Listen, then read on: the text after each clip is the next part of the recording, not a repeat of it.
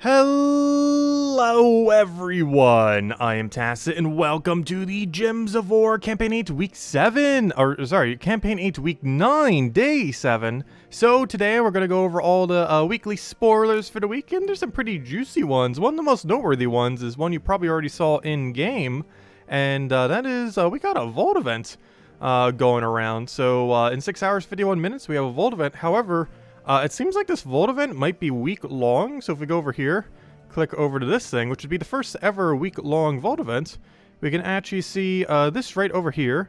That's we end up having a Vault event. Oh no, yeah, that is a week.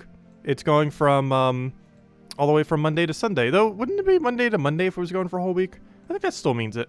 Yeah, because it's going for 7 days. So yeah, from the entire week, starting tomorrow, and going all the way till Sunday reset. Or so yeah.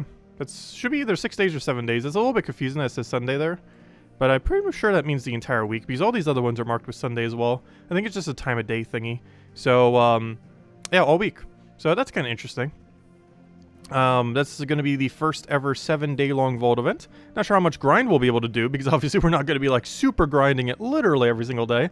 However, tonight we will be hunting for the chest. Probably going to go till midnight, because there are some things I want to record other than the weekly video. I do want to cover a video kind of going over a bunch of Vault teams this week, as it is pretty relevant for our first ever week-long thing. I just want to make sure that we have everything ready to go for when that does. So we're probably going to go for about 4 hours tonight, I want to say. So it's still a very long stream compared to normal for a nightly stream, but we're not going to go all the way to reset, especially since reset's now 3 hours further away, or 1 hour further away, but you know, 3 hours from midnight, because of the hour shift that we now have, which means whatever time we just started right now, probably more so the time we'll be starting. I'm not sure if everyone has gotten the hour shift, because I know it's weird how on earth that functions. But, yeah, of course, we did move forward an hour. So we were slightly off by an hour compared to normal if your time did not shift. But anyways, let's go over the rest of the spoilers. So, got obviously a few other things going on this week that isn't just that. Mostly just standard stuff. World event, which we'll be going over in a moment. Faction for the crypt, as we do have the, what's it called? Kingdom for the event. I actually forgot its name. Wednesday, we have ourselves the Griffling. Which ends up bringing in the night bonus. No, you're not night bonus. You're air bonus, so just air mastery. Thursday, we have ourselves the class event for... Oh, yeah, never mind. That's the Sword's Edge faction. That makes sense. I was thinking, like, wait, that threw me off for a second because that's the undead one, but I forgot. It's associated to Sword's Edge. So, yeah, we have a Sword's Edge event, which makes sense. Thursday, we have the class event for it, which is pretty underwhelming. It's one of the worst hero classes in the entire game. And by one of the worst, I mean definitively probably the absolute worst. It is so bad. The only good thing it has going for it now is it's the only hero class that counts as a knight. Before, there were actually 2 hero classes that count as a knight. However, now it is the only one. So it has that going for it, I guess. And on Friday, we just simply have a raid event. So nothing too special there other than basically Tower of Doom all week. So that's pretty cool. Still, as far as the troop, actually, let's go over on the forum thingy. So we have this thing right over here. Let me bring it in a nice big image. So as far as this thing, it destroys all purple gems and then gains Reflect and a bunch of armor boosted by Gem Destroy. The amount of boost ratio that it has is 1-to-1, so for every gem it destroys, it will gain 1 additional armor. So it has that. Overall, seems pretty underwhelming. There's already some faction troops from like Mirrored Halls that already do this better. So not really much of a point in using this. Has some score reduction, so seems pretty useless. Its typing is somewhat good within the kingdom, if nothing else. But beyond that point, it is not ever really going to be used. So even in an arena sense, I'm not sure you would really use it. There's better tanks out there. As far as the world event scoring, it is just as annoying as ever. Luckily, there aren't any weird variable ones, it doesn't look like. There's this like weird other variable thing. However, none of them seem to increase over time, so whatever this order is most likely just the order that... oh, no one actually posted the list thingy, but it should just be this, just going from one side to the other. The only problem is I can't see what rarity they are at the moment. We can't until... probably until the thing's actually live, unless someone's data mined it prior. But, yeah, we just have to... Gosh, is it really just going to be all the way down like that? So we actually have to kind of remember what each individual one is. However, I believe it's doing the same thing over and over again, which means ultimately, as long as you don't take the Judge of Dead, you will be taking the correct room. Just a little bit annoying when every single room is a different value. But the only one we really need to know is Judge of the Dead is the one you should not ever take. And as long as you do that, you should pretty much be good to go on the event then. Aside from that, I do believe we are getting a new weapon this Friday. which is this thing right over here for Glacial Peaks. This is this Friday, right? Yes, this Friday. As far as what this does, it explodes magic +1 blue gems, and then grants a random stats effect to all Glacial Peaks allies, and then summons a random Glacial Peaks troop. So basically another one of these explodey weapons, except this time focused around Glacial Peaks. Glacial Peaks used to be a somewhat okay kingdom. In the current state of the game, I'd say it's pretty average. Has a decent hero class though, so it has that going for it, so you can end up using it for pretty good Frostmate synergy. It itself does not actually use blue though, oddly enough. It uses green and red, despite it being a very heavy, like, blue-purple kind of hero class. But, overall, it should go to be pretty average. I don't really... Oh, no, there is one thing that's going to make it better. Hold up. It has Blue Storm. It's not like Jar of Eyes, though. Jar of Eyes is a blue explodey weapon that has Blue Storm that feeds blue back into itself. This has Blue Storm, but it does not use blue itself. So this is technically worse than Jar of Eyes, even though Jar of Eyes was nerfed to a 16 mana cost instead of 14. This is creating a storm for something that it does not actually use. It explodes that color, but it doesn't actually use that color. So that storm, while somewhat useful, is not going to be as useful compared to if it actually utilized that color itself. Overall, it seems like it's going to be a pretty average weapon. Basically an alternative Jar of Eyes if you don't have Jar of Eyes. Otherwise, just use Jar of Eyes kind of weapon. But yeah, it's okay. Definitely get it, obviously. But it's a pretty average weapon. And that's everything that we have going on. With the main thing, of course, being let's grind that Vault event. I'm not sure if it's getting some kind of super buff. I haven't seen anything that would indicate otherwise. It seems to just be an arena event. I mean, a Vault event. However, that would be pretty cool if they did end up buffing the chance of getting mimics. I don't believe that's happening, but it'd be kind of cool if it did. I don't believe it is. If we go under official news, I don't think there is currently anything underneath that category. If we do that, let's see. No. Yeah, there's no thing. There is this St. Patrick's Day long Vault event. Wait, this is under official news. Did they actually post details on it? Hello, adventurers. Brace yourselves. Oh, this was up a few days ago. Brace yourselves. We've received word that the gnomes are planning an extra festive holiday for St. Patrick's Day next week. Oh yeah, St. Patrick's Day next week. What day does that actually fall on? There will be a week-long Vault event starting from Weekly Reset on Monday at 7 a.m. GMT, which is 7 hours from now, to make room for this event. Guild Wars has been rescheduled to start on March 28th, so this is 2 weeks from now. Okay, so yeah, it's just a standard Vault event, no extra buff on it. That's unfortunate. It would have been kind of cool if it did. But no, it's just a standard, which is still good. It's still a Vault event, but you know, it's just a nice standard one. Nothing special on it. Anyways, let's go grind. So our goal this stream is to go and get as many mimics as we can, and hopefully finally get that troop. Let me go open up a timer, because as I mentioned, I did actually want to time the time between each of these things, and we'll hand out multiple codes this stream based on what we can actually hit. We'll do a code for the first 2 times, our first 5 times, and if we actually get the mythic, we'll hand out a code. So those will be the 3 conditions. But anyways, let's go grinding. That is pretty much the main game plan of most of this stream. We might do some side stuff here and there. Like we still need to go get those dailies done. But aside from that, then I might actually do some of the team prep as well on stream. I don't normally do that on the videos themselves, though some people were recommending that I start doing it, so we'll try throwing in here and there. So all the teams for the weekly stuff I'll probably just make on stream, because I do want to record that tonight, because I have a lot of things I need to do tomorrow, and I need to make sure we have everything recorded before then. So I am going to have to end this stream a little bit earlier. Like, we won't be going all the way to reset, though we'll be going like somewhat close, probably to midnight, so another 4 hours or so. But I do have some things I need to do tomorrow, so I do want to make sure I have everything pre-recorded and good to go for when we do go do that. But anyways, hello everyone! Hope all of you have been doing well this weekend. Hello Isabel, hello Roman, hello Bill, hello Gimli, hello Peter, hello Mister, hello Tyrion, hello David, hello Isabel, hello Sushi Ninja, hello Gadget, hello Tyrion, hello Logic Slayer, hello Crisp, hello Hong. Is the new Mimic only for PC right now? No, the new Mimic should be on all platforms, or at least on PC and mobile. I'm not sure if every console's got it, but they should have. Let's see. Hello Anthony. Let's see. Tower of Doom's 2 weeks from now. Not next week, but the following week. But that's 2 Mondays from now, because we're still in the campaign. Hello Imperial. Hello Anthony, and hello everyone else. Welcome, welcome, welcome. Big code for the Mimic. I don't have any big codes, unfortunately. We do not have any big juicy codes for such an event. It would be fun if we did, though. But we are all out of big juicy codes. We only have standard normal codes, which are still nice. The ones with the gem keys in them. Normally, if I want to hand out like a bigger code, we end up giving out a standard code twice, which theoretically we would be doing. Because if our first 5 chests is also the one that has a Mimic in it, we'll be handing out 2 codes. One for the 5 times chest and one for the Mimic. So we're technically handing out 2 codes when that happens. That is the game plan. So we're effectively still handing out 2 codes. I'll take that. Because that's normally what I do to make a bigger code. Because 2 normal size codes basically is a big code.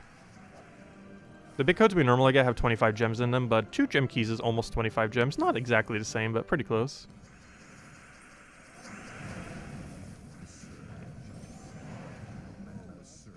Oh yeah, that's why I wanted to ask too. I did want to pull that tonight, since we're going to be doing this a little bit longer. I wanted to re-pull like the whole 2 times, 5 times and everything for how it's been going so far, because it's been almost a week now since we've had this. So let's create a poll. Let's see. How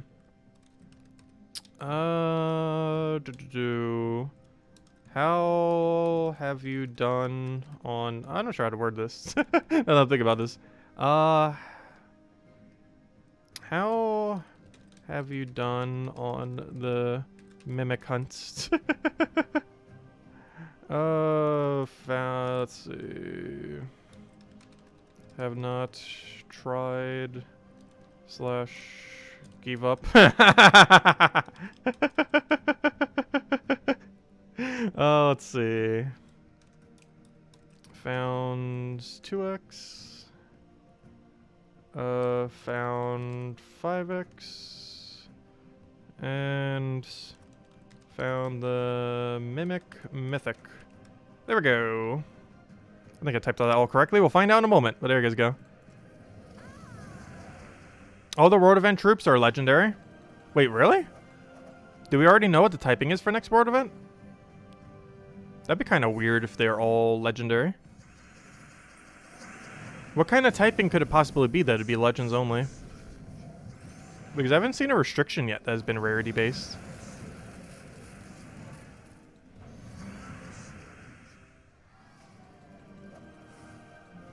I can't think of any typing combination that would make it so it would be only legends or mythics. Unless the restriction was like literally triple color restriction. In which case it would literally only be mythics, so they would never do something like that. There'd be way too few options. Not to mention whatever the drop table would be all mythics, which would be a very bad idea.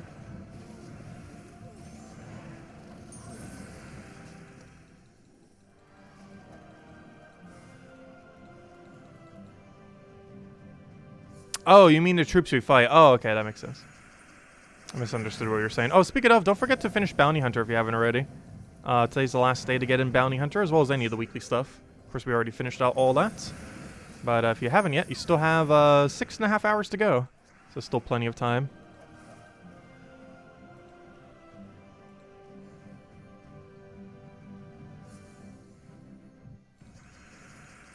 Oh, yeah, I didn't see who our most recent new guildmate was.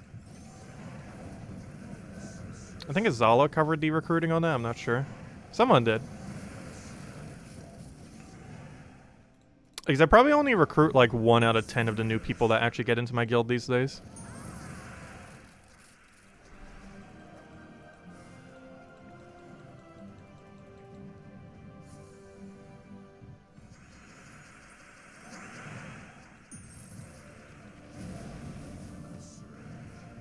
Oh yeah, that's what I was saying for the thing. Because of how low points are, as long as you don't take that one room, you're going to be fine. You don't need to worry about rarity order. All you have to do is, I was saying that too. Because of how all the points were. I mentioned that when we went over the thingy thing. But all you have to do is just avoid Judge of the Dead. That's it. That's all you have to do.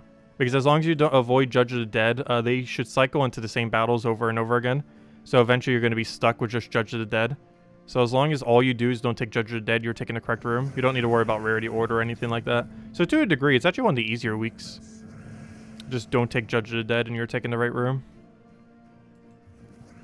Also, what on earth happened to our team? Because we got lycanthroped.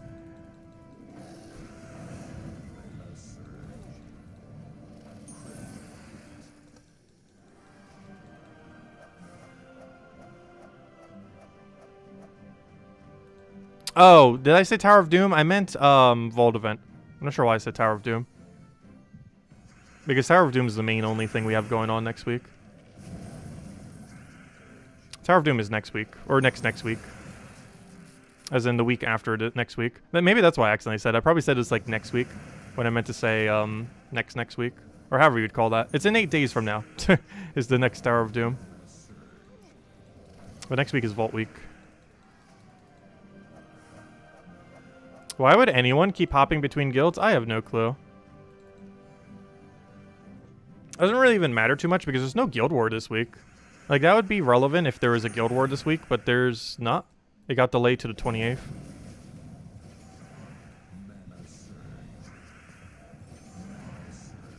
As long as they're doing all the other requirements, doesn't really matter too much. It'd mostly only matter once it comes down to the guild war thingy. Because as long as they're doing everything else, it's probably fine. It's just annoying when someone leaves during a Guild War week. But for every other event, it means very little. Like raids this weekend, invasions, the World event that we have going on, stuff like that. Hey, Nanu.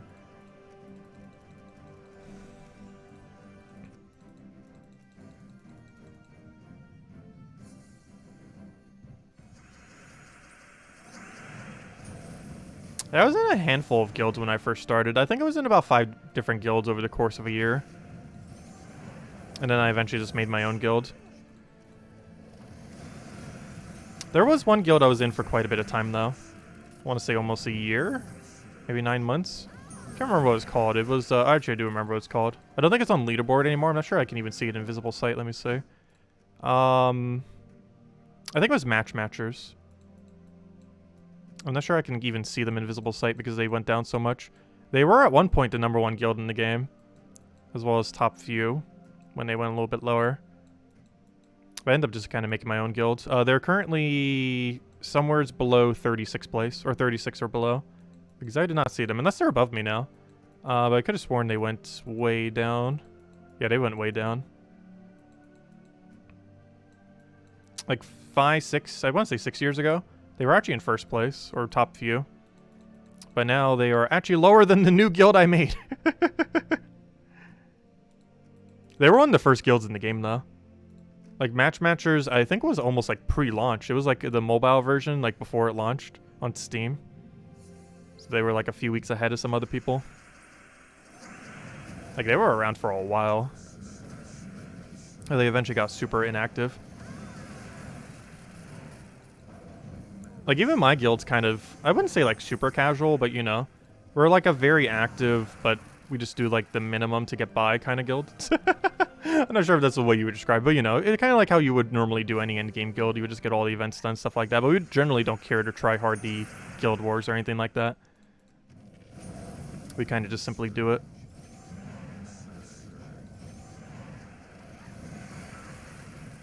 But despite that, we're still in an okay standing right now. I think we're 23rd. Which isn't too bad.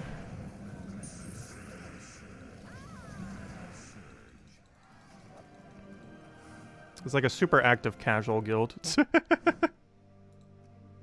we are 23rd. I wasn't even paying attention, right? No, we're actually 24th right now. Oh! Interesting. We're very close, though. We might pass them. We are very close. We're only 1,200 away from 23rd. Or are we 23rd and got passed, or are we about to become 23rd? I think we were 23rd and got passed. I'm actually not sure. Hopefully next week during Vault event we'll pass them. Not too big a deal if we do, though. But yeah, were we actually 23rd? I actually don't know. I feel like we were, because I'm saying the word 23rd as if we were. Because that's probably the last time I looked at it we were. So I assume we went down. Though we're only down 1,000, so it's not that much. As long as we keep top 25, I'm kind of happy with that location.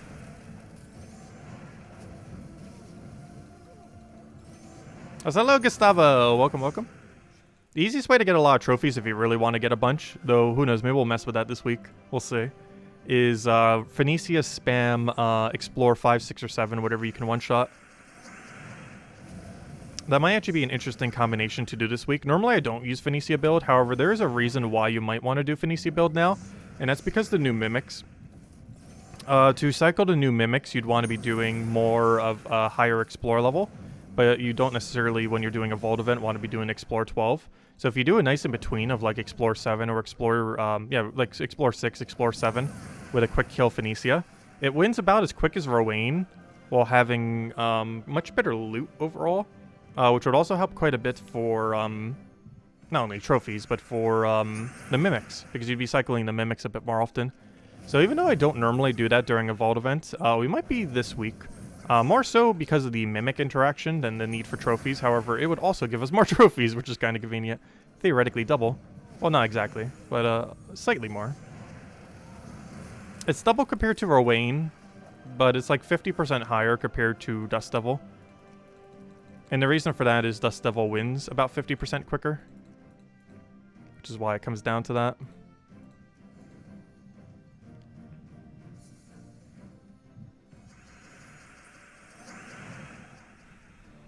Oh, what just happened? I keep clicking on my stream interface. I hate when I do that, because the stream interface has like that little preview thing that looks exactly like your stream. And then I end up clicking on it, which is a big fail when that happens. Because that won't do anything. If anything, it might actually move something. Though I think I locked most things in place. So if I accidentally try dragging something, it hopefully will not actually get dragged to a weird location.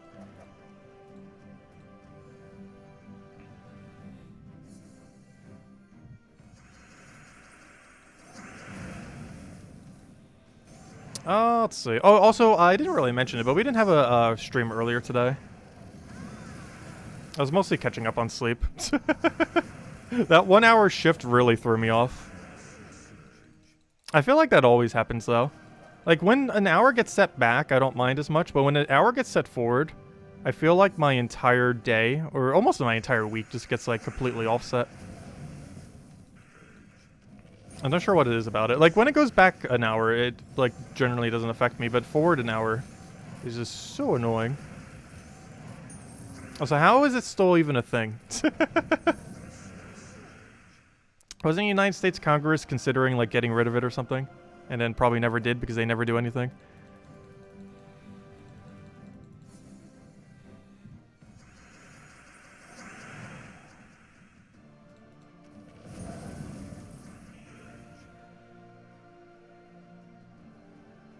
We hope everything gets half mana start except goblins. Oh gosh, could you imagine goblins getting half mana start? Like, I wish divines would be moved back to 50% off of 40%, but goblins are legitimately one of those typings where if they made it a 40% mana start instead of a 50% mana start, that would be perfectly fine. Like, I hate that they did it with divines, but if they do that with goblins, I actually would not care. Because goblins with 50% would be pretty insane. If you could do any goblin to half mana. Some of them with starting with no mana are already scary. Or even just a 20% mana. And you're giving them at least double that. It's going to be so much mana. Because the big issue that goblin teams normally have is they start slow and then auto kill you in an infinite loop. So there's normally two counters to it. Win quickly or freeze them. Though there are some ways that goblin teams can get around that. Like a non-pure goblin team that uses Beatrix, or a that one goblin that has Impervious, that even though it's a tower killer is somehow like one of the best goblins in the game, because it's an auto extra turn with Impervious, while still having mana accumulation normally.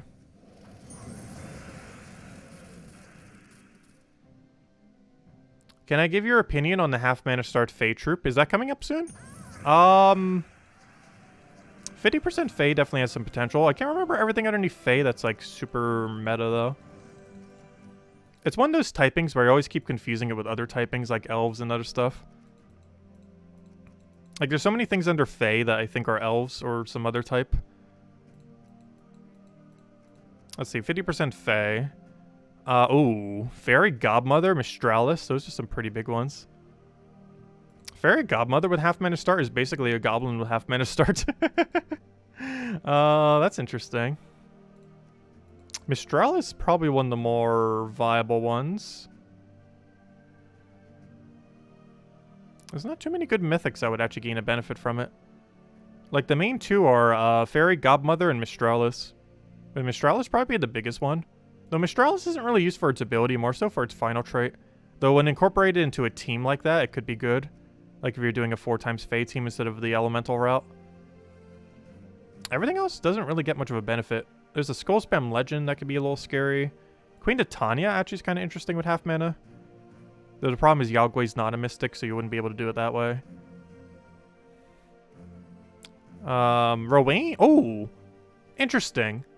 You could do an alternative 50% mana start Rowan build. Instead of going down the elemental route, you can go down the Fey route. Also, isn't Leprechaun Fey? Which means you would get, I believe, a magic bonus, because I believe multiple things give, yeah, oh! Oh, that's cool. Oh, that might be one of its bigger purposes. You can actually build a pure Fey team out of Rowan. Ooh. When is this Fey trip coming, by the way? I haven't been looking ahead. I will go peek at that. Because while I do forget which ones are in the game currently, I am pretty sure that one is not. Let's see. Fey. Yeah, 50% mana start. We get this on Tower of Doom Week. So on Tower of Doom Week, we'll have this ability. Interesting. So yeah, that comes in event keys, not tomorrow, but next week. Or, you know, 8 days from now. Interesting. But yeah, 50% mana start to all Fey. What's this ability? Because normally the ability on a troop like this kind of determines if it's even remotely useful or not. Give magic plus 3 life and 5 magic to all allies. Then create a firestorm and enchant all Fey allies. Oh, maybe we wouldn't do this with Mistralis because it already has enchant. So you don't need double enchant. I'm curious to see how this works with Rowan. Too bad it's life instead of armor. If that was armor, this would be such a perfect Rowan synergy troop. But it is life, unfortunately. One of the few instances where gaining armor would have actually been good. But it gives life instead. I don't know, we'll definitely have to see. It has potential. But you're not going to necessarily use that with Mistralis. It almost seems like it's going to be a Fairy Godmother option, potentially. Because of the Fey that are good, surprisingly, not too many of them are cast-based. Where they actually need magic to function. Because it's giving 5 magic to all allies. But, oddly enough, a lot of Fey builds do not actually need magic. Like, as far as the higher rarity ends.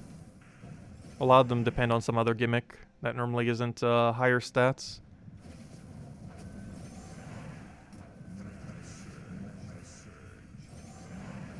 Because a lot of Fey are utility troops.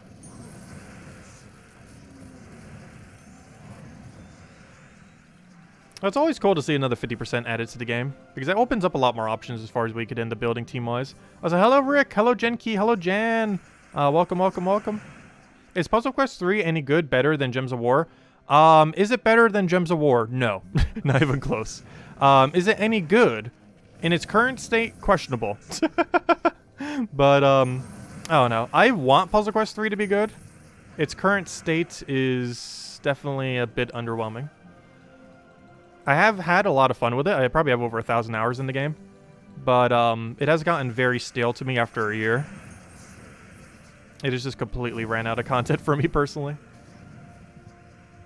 And its gameplay loop for like daily system and stuff like that is so tedious that's not fun at all. Like Gems of War's daily system I really like. It's nice, simple, and it's easy just to do a little bit or a lot of it depending on what you want to do for it. And you don't feel like you're really missing out on much regardless of which one you go for. But no, I would give Puzzle Quest 3 a try if nothing else. I still might be covering guides and stuff for it. I was going to a bunch, but I don't know, there's just like almost no one playing it. There's like no player base to make guides for. I don't even think it's broken 300 concurrent on Steam. Like, we'd easily make so many guides for that game with how much progress we have in it. But, I don't know. Like, there's, like, no player base for it currently. Like, Gems of War started a bit smaller, too. Like, I didn't even start making content for Gems of War until about a year and a half into its development. Because Gems of War started with, like, a pretty small player base, but still bigger than what Puzzle Quest 3 had, oddly enough. Gems of War's lowest concurrent was, like 300, 400, or 500 something at launch. And then it just slowly went up over time.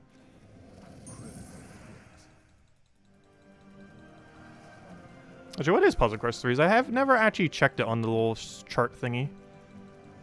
Because I can kind of compare it real quick. What's it called again? Steam charts or something? Steam chart. Yeah, that one. Like, if we compare this to, like here's Gems of Wars.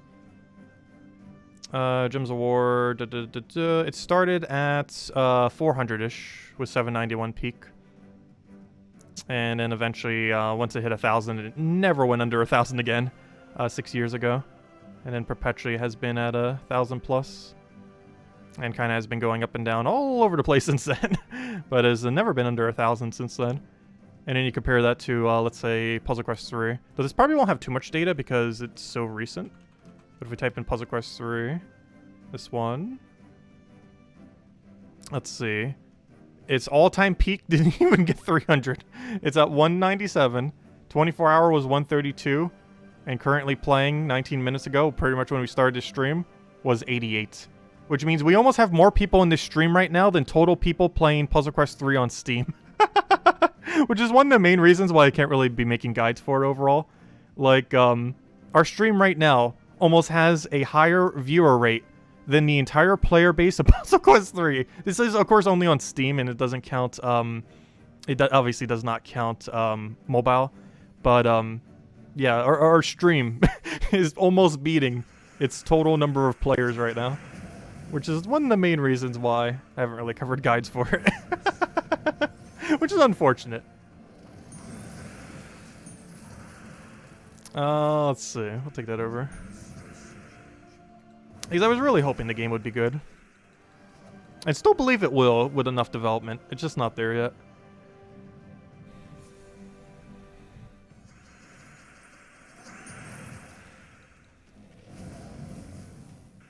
What do we take here? Also, thank you everyone for watching. Greatly appreciated. Let's see. We'll throw that down. If you guys have any questions or anything you want me to go over, do let me know. Because tonight, we will mostly be doing vault grinding. Or not vault grinding. No, next week we'll be doing vault grinding every single night. But right now we're mostly trying to find these mimics in the hopes that we will eventually get lucky. That is the goal. And we will be hunting for it all this week until we get it as well. Except we'll also be doing it more so while trying to farm vault events. Because of course we have vault events, so it's going to change our priority slightly. Because instead of doing Explore 12, I'm probably going to do a quick kill Phoenicia. Which is something I don't normally do for a vault event week. Just because it's slower than running Dust Devil route. However, due to the chests that exist, it's a nice in-between. Where we're still going to be going pretty quick through the battle, but also still having a decent rate of getting the chests. Oddly enough, I believe Phoenicia team can even take out the battle if I really wanted to. If I run like a really hefty Phoenicia team, like running a weapon in first slot that can handle them combined with Phoenicia, like that would probably be fine enough to take out the Mimic battles. Like, I'm not too concerned with that. But then again, maybe we would have to cast multiple times now that I'm thinking about it. Because the Mimic battle would be the stats of Explore 12. And while Phoenicia can kind of deal with that, the quick kill team for her isn't really made for hitting that high, which is the whole reason why it normally fights the middle range, like Explore 5, 6, and 7, rather than going to the super high end.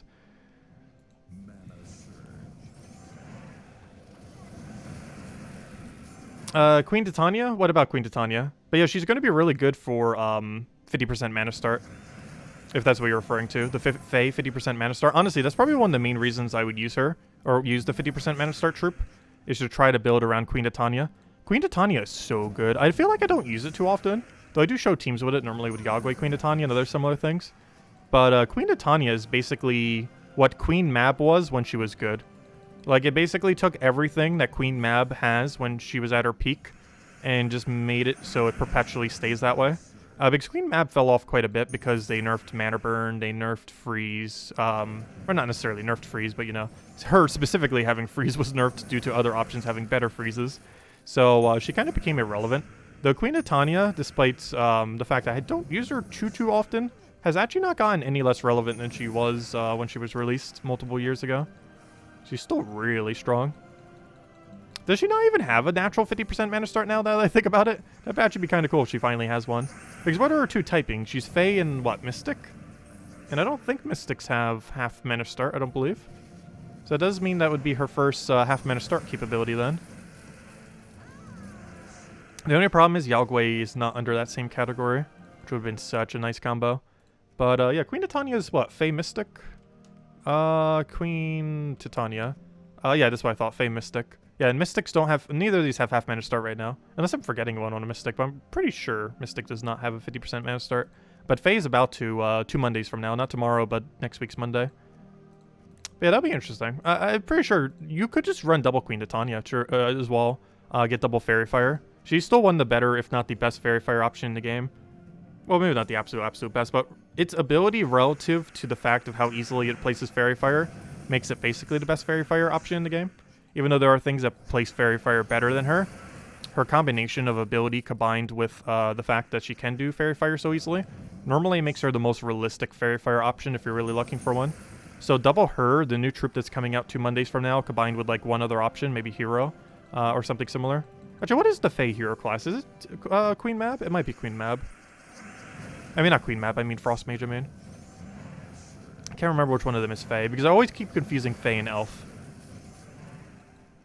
There are so many troops that I think are Fae that are actually Elf, and that I think are Elf that are actually Fae. Let's take that over, and we're good to go.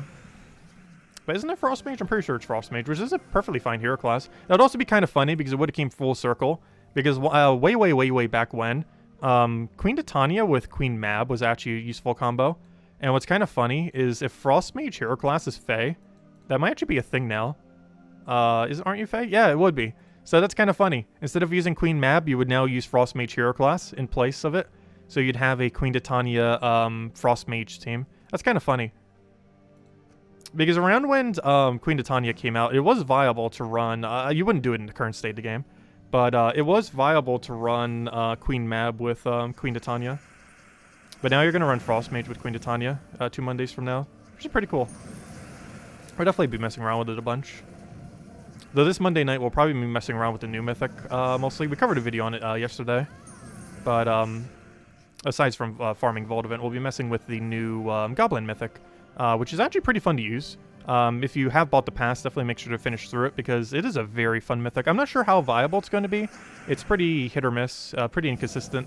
But it's personally one of my favorite mana accumulating mythics in the current state of the game. Like, it's a lot of fun to use. Its viability is questionable, though. The problem is it's a little bit too random to depend on for a lot of things. But when it works just so well. Because you don't have to worry about mana blocking with it. It's one of those weird strategy teams where you actually don't need to care if you block your mana, for the most part, as long as your main mana accumulator isn't blocked.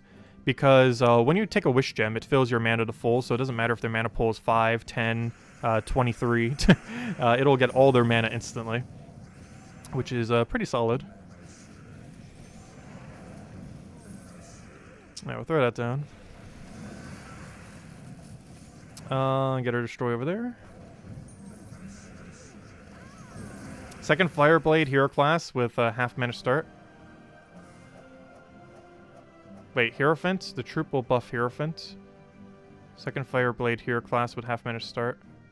Oh! True. I was trying to figure out what you were saying for a second. Yes, the Hierophant hero... Oh, you know what? Hierophant's actually kind of interesting. Hierophant has something... I forgot that one's considered Fae as well. Hierophant has an interesting mechanic attached to it. And that main mechanic is... it is the only hero class in the game that has triple damage burning while having cleanse on extra turn. So that actually is kind of interesting to see how that will pan out. Is there any Fae that's good at 4 times burning? The only problem with that is I believe the answer is no. Because Fairy Fire doesn't count as burn. They're 2 different mechanics. Is there any Fae that's both burns and counts as a Fae? Like a really consistent 4 times burn while also being Fae. I'm not sure there's anything under that category. Because if there was, that would actually have some potential. I'm just not sure there's a half mana starter that does that. You'd have to use some other troop like a Zugoff or Infernus or something similar, which are all not Fae. Oh, no, I can double check real quick. I do not recall there being a good burner. There's a good Fairy Fire under Fae, but they do count as 2 different mechanics. Base rarity, Fae, let me double check. But yeah, that would make Hierophant quite a bit better, but I don't think there's a good burner. You do Fairy Fire. You do Entangle with the other thing. Yeah, Bleed. Neither which is Burn. You do Fairy Fire. You do Fairy Fire. Yeah, there's no burns. You'd have to use some other troop for it, that or hero weapon.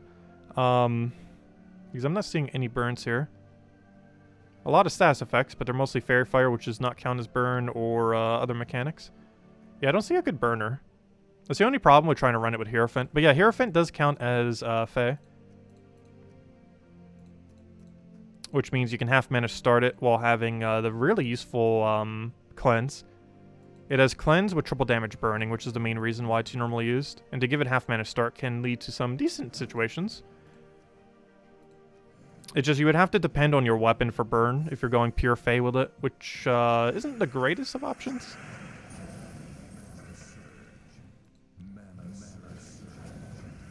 Because Hero doesn't have a good burn entire team option. It's really good at burning one singular thing, if nothing else. But it's really bad at burning an entire team. Like, it has multiple options that can quickly burn a single target. But nothing super good that burns all enemies, while also being a good weapon. Bronze-Lock Pistol is probably one of the more relevant ones. I don't feel like I use it too often, but it's an interesting mechanic that can feed you a lot of mana. It's kind of like a Thrall that takes a little while to get going, while also having the mechanic of burn to first enemy, which is very useful for triple damage burning hero class.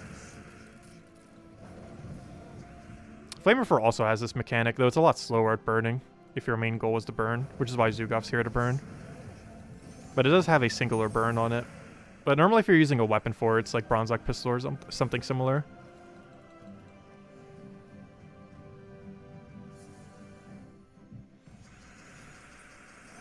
Yeah, there is a weapon that has 4 times burn all enemies. But isn't it just like a small AoE poke for, I think, 14 or 16 mana cost? Oh yeah, that's the one that has Curse on it too, isn't it? I even mentioned a team with the other one. I forgot. It's both Curse and Burn. I always think of it just as a Curse weapon, but it also does Burn. But you could end up making that kind of work. I always find that weapon to be a little bit slow unless you're using it really specifically for the Curse.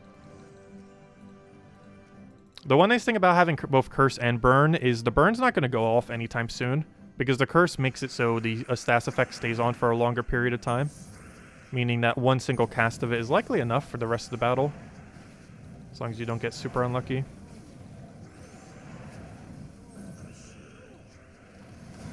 Actually, what does Fiendfire weapon even drop from again? I actually forgot off the top of my head.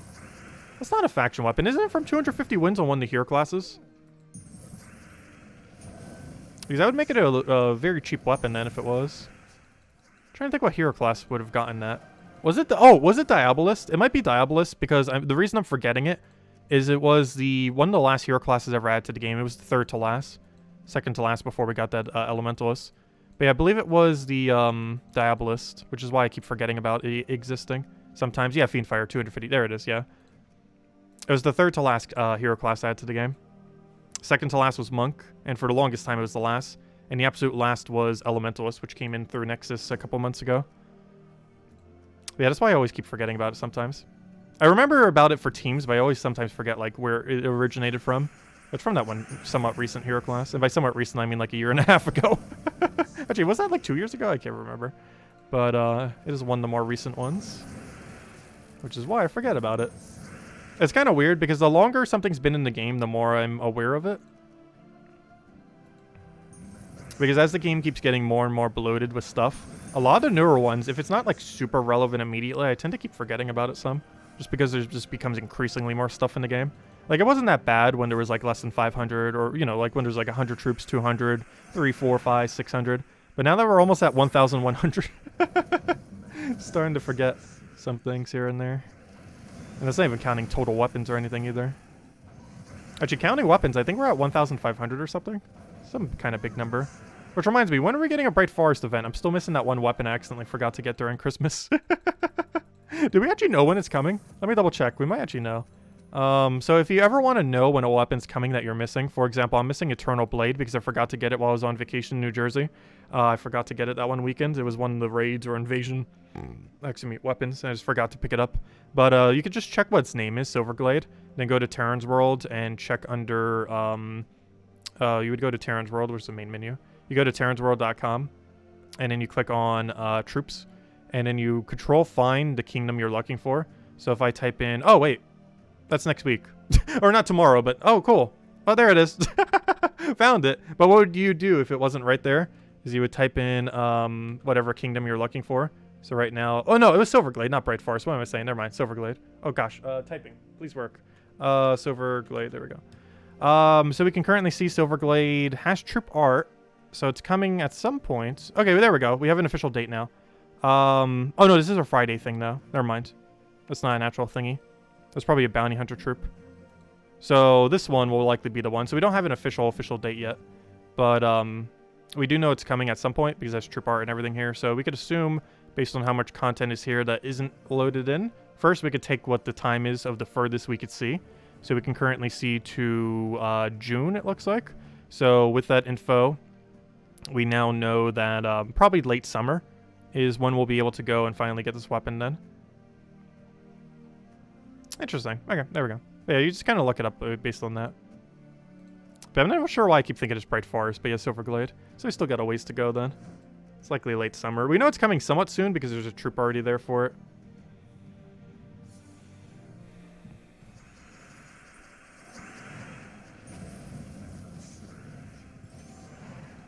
Let's see. Also, we'll hand out the code, as I mentioned, when we find it 2 times. Might even hand out an extra code regardless of stream, because we are going to be streaming a little bit longer today. But I do want to hand out the first one when we find it 2 times, just because we're going to be going long enough that I'll hand out the other one at some other time this stream. We should find our first 2 times pretty soon, hopefully. We found it within 20 minutes last night. So then it took us like an hour to find the other one. Oh no, they're so sporadic. Oh yeah, how's the poll doing? I didn't even double check what our poll results currently are at. Let me double check. Let's see. 22% of people said they have not tried or gave up on trying. 39% of people are in the same camp I'm in. So we're in the majority, at least, if nothing else. 39% of people have found a 2x chest. 35% of people have found a 5x chest, which is starting to catch up. Hopefully we'll join them tonight. And only 4% have actually found the Mimic, which means based on how many votes we have, which is about 50 right now, that means only 2 people in chat right now, assuming everyone who has found one gave their input to the poll. That means only 2 people in chat have the Mimic. So who are you? Show yourselves. Oh no, who has found the 5x Mimic? Or not the 5x Mimic, I mean the new Mythic. Because according to the poll, 2 of you have. And congrats, by the way. I wish we were also in that percent. Let's see, we'll take that over. But the hunt continues.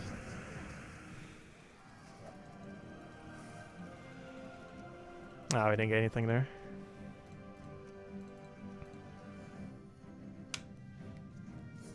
Another hour and a half, still no mimics, you're done.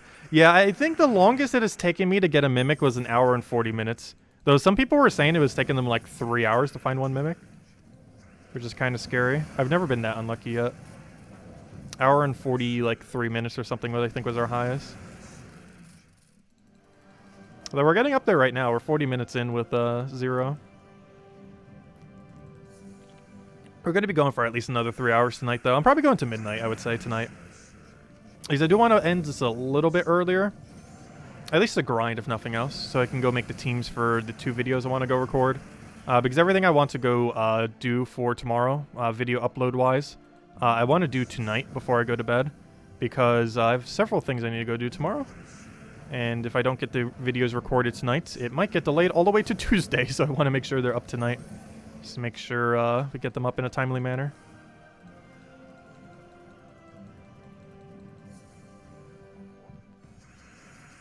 Because otherwise it's going to get pushed back all day.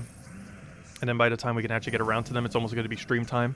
And then by that point, I might as well just like prep for the stream, and then it's already going to be so late that it gets pushed to Tuesday. But if we do them tonight, then they will be done before I even need to do anything tomorrow. Which is ideally how I want to do it. Which is ideally how I normally try to do it. It's just sometimes I crash at night, and then that just ruins the entire schedule for the day. That somewhat happened last night as well, which is why we didn't do the morning stream today.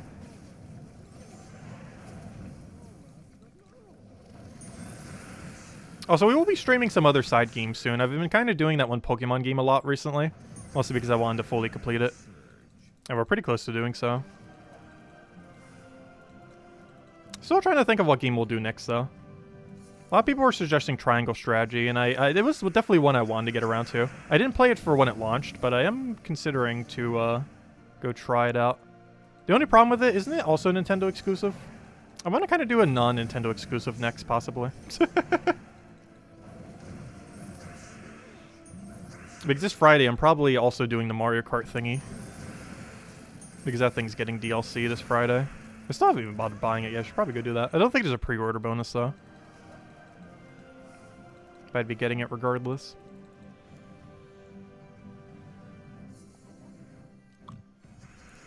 What do we need here?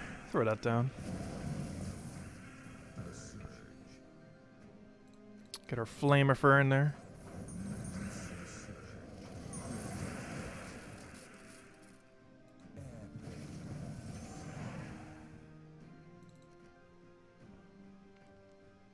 Oh, I'll take a brown over there.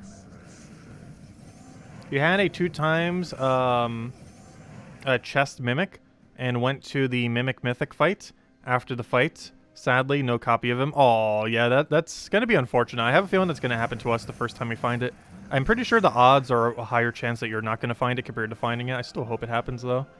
But, yeah, I think it's like 1 in 3, 1 in 4. I really don't know. Based on how we've pulled it, it looked like it was closer to a 1 in 3 chance. No, it seems more likely they'd make it a 1 in 4 or 1 in 5. It could just been that people who were answering the poll just got on the luckier side.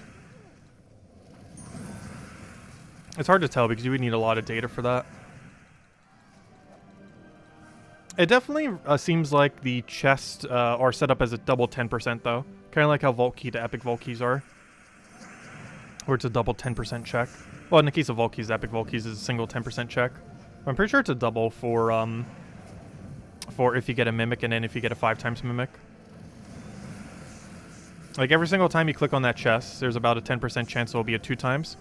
And then every single time you claim that 2 times, there's about a 10% chance that it is a 5 times. Which means in approximately 10 Mimic chests, you would find a 5 times. Unfortunately, we have not. Though one can hope. I forgot, you guys can see the timer too. I forgot I even had that up.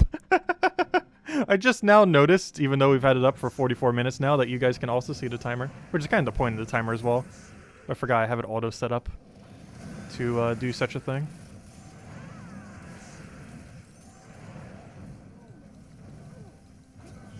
I was just like looking at my interface for a second. It's like, wait, what's that big number doing?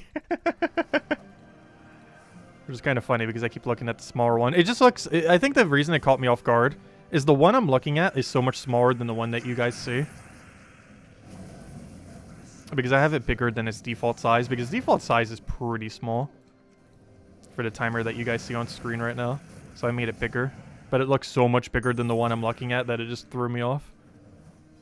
Because it's probably like 4 times the size as the timer I'm looking at. I'm not sure how you adjust the actual timer itself to be bigger. I know how to do it through the stream, which is why it's bigger there. But I'm not sure how to make the default thingy bigger. If there even is an option.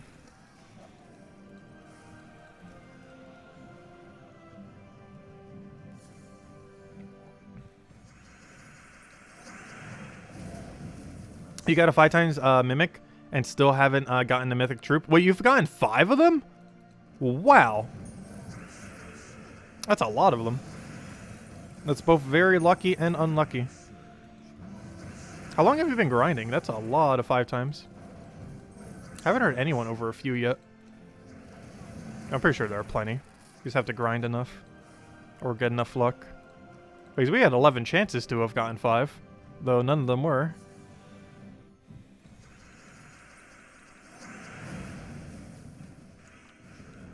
Well, we'll be grinding into next week if we don't get it tonight. It's a Vault week too, so we get double the grinds. Not only do we get to grind the chest, but we get to grind the Vault event. So pretty much every single night we'll be doing that for like the next week. And even once we get it, we still will because there's Vault event going on the entire time. A nice juicy Vault event. That means we'll probably have to do the World event a little bit quicker to be able to do the Vault event. Because any time we're spending doing the other mode, this time it could be grinding.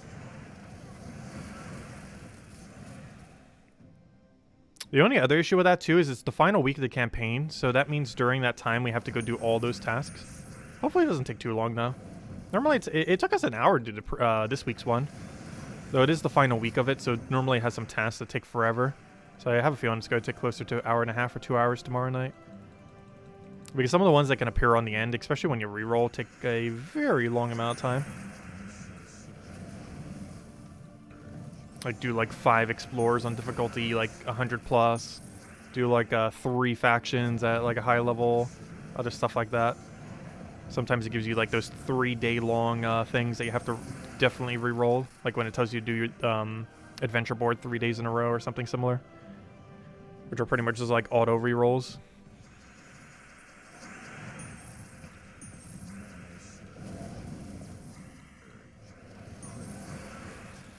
I'll take that over. Grab our other little poke.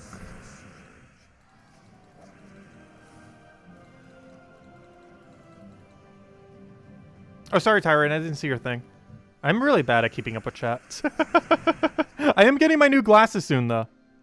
Actually, I might be able to pick them up tomorrow now that I think about it. There's a few other errands I need to do tomorrow, but I think my glasses are finally done. So I should probably go pick those up as well. I almost forgot about that. Thanks for reminding me. Indirectly. Let's see. Also, according to Screen Grab on the FB, the Mimic troop does not replace the on of the token medals. No, yeah, it doesn't. I know that for sure. Because I saw a screenshot on the forum that got a 5x chest that has 3 5x drops with a Mimic. Yeah, that I already knew. It does not replace one of your 3 things. It's an independent roll that just gives you an extra mythic troop. But it does not actually replace one of your rolls, so it is actually possible to get 4 drops, or theoretically 16, depending on how you look at it, where you get 3 tokens that are all multiplied by 5, and then the mythic. Because it does not actually consume one of your 3 drops, or your 2 drops. If you get 2. Like, you're never going to see, like, 1 5 times with a Mimic. Like, that's not something that happens, because it does not actually replace the token drops. It just simply gives you a copy of the Mythic. So you can see 2 5x drops with a Mimic, or you can end up seeing 3 5x drops with a Mimic. But you're never going to see 1 5x drop with a Mimic. Unless you're doing a really low Explorer. Or if you're doing Explorer 12, you would never see that. Yeah, I still haven't seen a 5x yet either. I would add it to our tracker number, however, currently the number is 0, so we haven't actually put it on screen. But no, we are also at 0. I mean, yeah, 0 5x. Hopefully we'll change that this stream. But we are still at 0. Because that number on screen is just our number of 2 times. Actually, I might even change that once we do finally have one to make it very clear. Like 2 times and then have a number, and then 5 times and then have a number. Because I really don't need the word Mimic chess. If I just had Mimic 5 times and Mimic 2 times, or even just 2 times and 5 times, you guys would know what it is.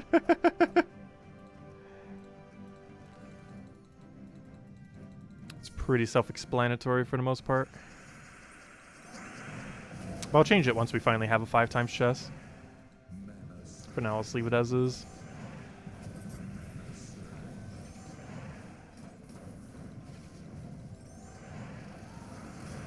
Oh, we'll take that over.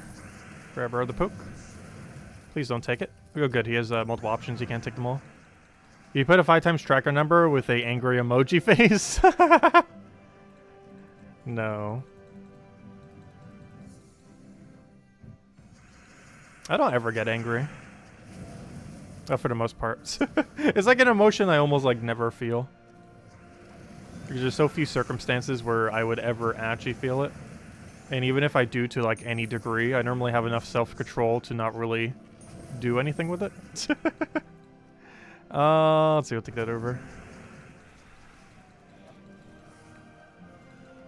Like, I'm normally way too chill to ever get angry at almost anything.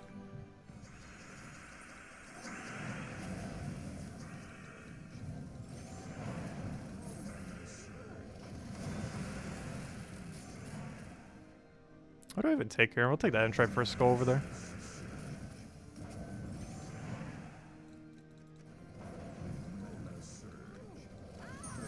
You had already a mythic Mimic troop.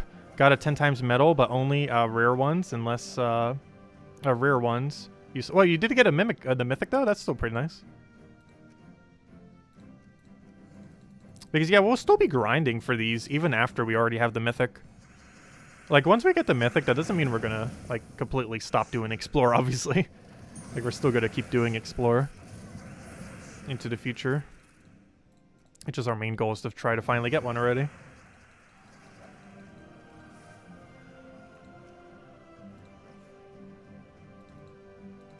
Insert Zen emoji.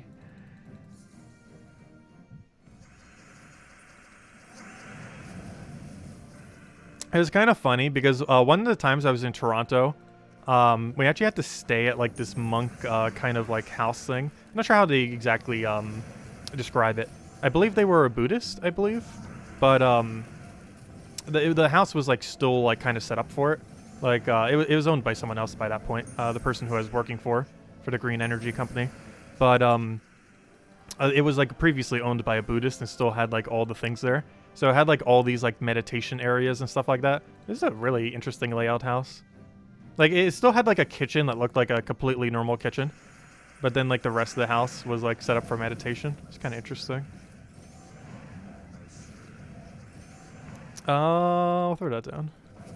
I assume it was a Buddhist. I can't think of what other culture it necessarily would have been.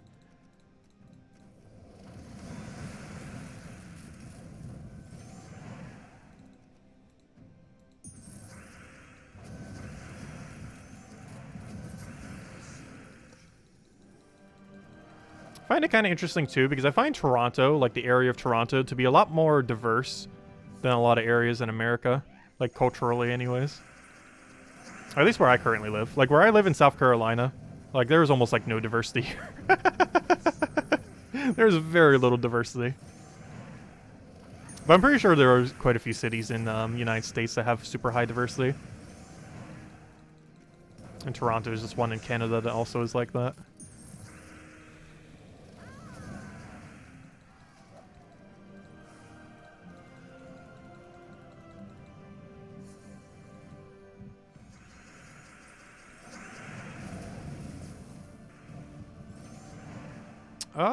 Let's see, I'll take that over. You're one of those 88 people doing Puzzle Quest 3 at the moment. I still like Puzzle Quest 3. They just need to change so many things for me to like really like it. I just kind of got burned out on it at this point, to be honest. But I still wanted to play it into the future. I just need them to make the game better. Let's see, I'll throw that down.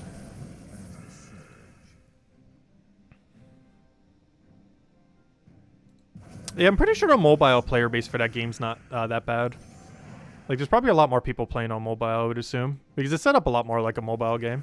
Gems of War is too, but, you know, it still has a pretty good PC player base. Like, even right now, we're at, like, what, 1,000-something concurrent on Steam? I assume so. We already have the page up, might as well check. Gems of War. Let's see. Yeah, it is at a 1,160 concurrent. As of this exact moment in time. Well, technically 8 minutes ago. That doesn't count any mobile version, though. And we already know from the past that there is way more people playing on mobile for Gems of War than there is on Steam. We don't know the exact margin, though. But if I had to guess, I would say like 3 to 4 times more, if you count both the two mobile versions combined. Which places the overall concurrent for Gems of War at any given time likely around 5 to 10,000 players, if you count every platform. Or even if you just count PC mobile. If you count every, it's probably around 5,000 to 10,000 concurrent at any given time in a day.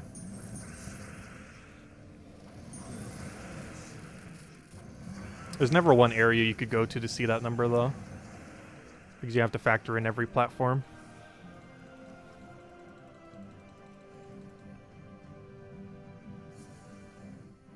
I pretty much always play on the PC version, though, personally. I just find it more convenient. I do very little mobile gaming, which is kind of funny, because I actually do play some, like, mobile-esque games. But, very rarely do I actually play them on a mobile device.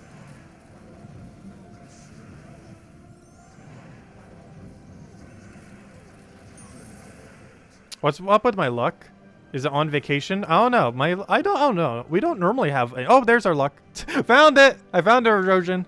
There it is. You just have to call on it. I found it. It's right there. Oh yeah, let's go hand out a code. I said we'd hand out a code when we found our first mimic, and that is indeed our first mimic. We'll also hand out a code when we find our first 5 times, as well as another code if we finally find a mythic. And I'll be handing out another code at some random time to stream, just because. Why not? So we're gonna have 2 to 4 codes this stream. 2 at minimum. This will be the first one. And definitely feel free to leave a like on the stream. Helps a lot and is greatly, greatly appreciated. Let me just get you guys the code. Helps for YouTube algorithm purposes. Let's see. Alright, here you guys go. There is the redeem code. Use it on gemsofwar.com underneath the game code section. Your invite code can be found in your settings menu. Redeem code's right over there in chat. And give same word as always: 2 treasure maps, 1 gem key, 200 souls, 2,500 gold. Enjoy, everyone. There you guys go. Okay, so let's go get this mimic. Hopefully it has a bunch of juicy loots in it. And we'll see how it goes. Who knows? Maybe this is finally our first 5 times.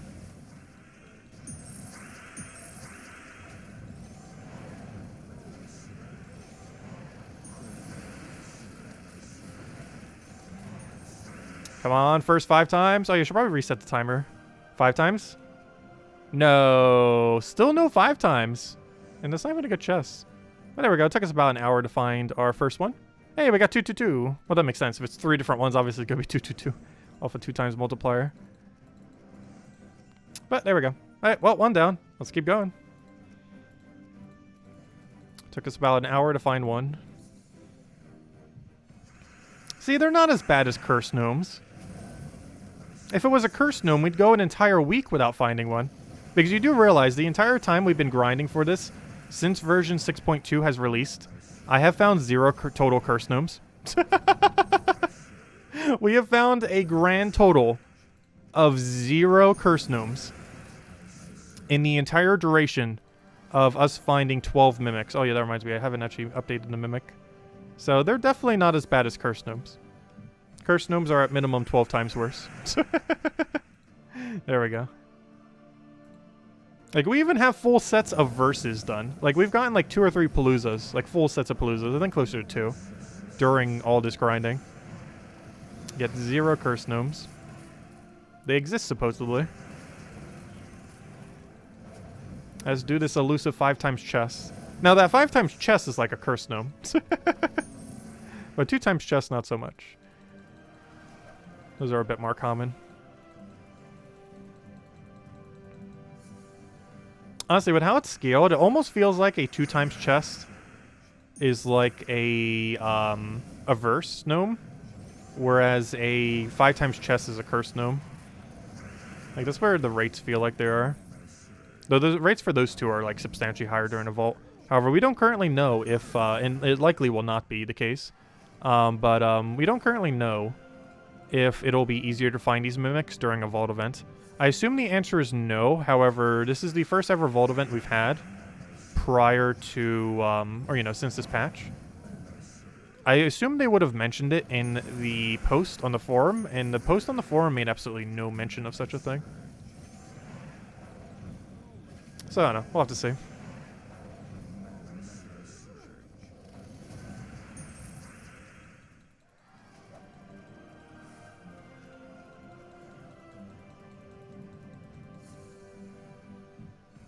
You're still ahead 2 to 1 during the stream? Oh, gosh. Yeah, people were mentioning that last night, too. Like, how many more they were getting in the exact same amount of time. We got really lucky initially, and then our luck went downhill. I still find it funny that the very first one we went for was a mimic chest. It set very bad expectations. Because the very, very first chest we ever opened was a 2 times mimic.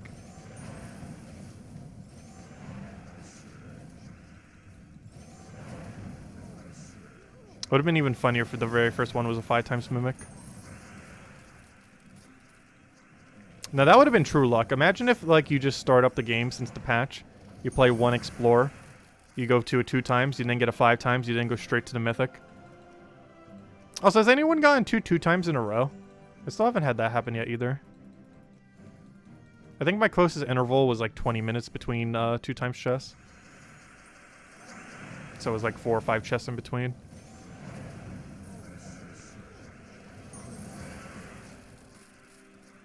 You found one cursed gnome since the reset? Oh gosh. Or since the patch, I mean. I'm still at 0. I'm not really looking for cursed gnome, obviously. Mostly looking for the mimics. Like, I actually don't even mind them getting 0 cursed gnomes. It's almost less loot to get a cursed gnome than it is just to get, like, a glory gnome or something. That's not a fair comparison. Glory gnome is still basically the best gnome in the game. But even, like, a soul gnome, I would almost like more than a cursed gnome. There just isn't much to use the curse shards on. Like, there are the color deeds and stuff like that, but the exchange rate is pretty pricey. Not because of how many runes you need necessarily, but because of how many writs you need. Because you have to factor it into how many Imperials you're losing based on how many color deeds you're getting in return. It's good if you need some in a pinch for a color that you're missing, though. But otherwise, it's better just to get those colored Doom Scrolls during a Doom week. For example, Green Tower of Doom is 2 weeks from now. Not tomorrow, but next week's Monday. Or, you know, the Monday after next Monday.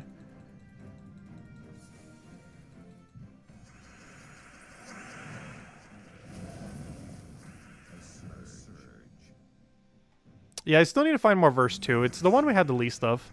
I still find it funny to this day that our lowest for the longest time, or at least for like a couple weeks, or like right at the initial start of it, our lowest one was Cindy Savage, or not Cindy Savage, our lowest one was verse 4, which was like the drummer or something.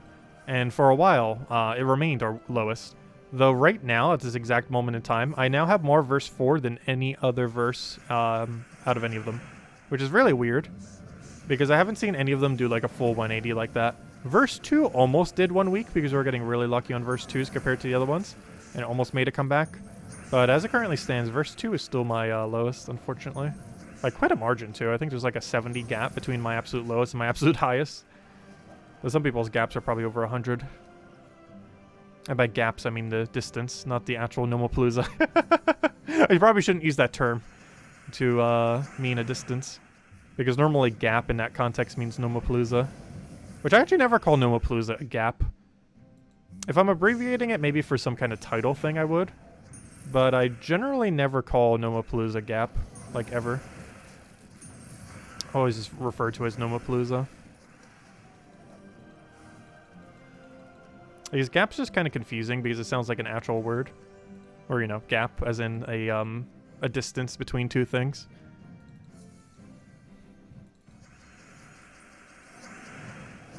So I never actually use the abbreviation personally. Which sometimes confuses me whenever I see someone else using it. Because a lot of people actually use it pretty commonly. It's one of those very common abbreviations in Gems of War. Kind of like how Tower of Doom is abbreviated to Todd. Which might be confusing to anyone named Todd. I think I've only ever known one Todd. Like when I was younger. I can't think of anyone else ever in my life who was named Todd. That can't be that common of a name these days. I don't know, whenever I hear the name Todd, it sounds like a really old person. Like, you could be like 10 years old and have the name Todd, and you sound like you're 50 or something. Like, I can't see Todd in any instance that isn't like minimum 40 plus in age. Like, it's just like such an old person sounding name. Or, you know, maybe not super old, but like I could never like imagine a kid having the name Todd. Which is kind of funny because toddlers is a thing. But the actual name of just Todd sounds like such an adult name. Like, it doesn't seem that age neutral. It sounds like something you would give to like a business person in like a generic story. Like, oh, what's his name? Oh, his name is Todd. Oh, okay, that says a lot about him. Let's see, I'll take that over.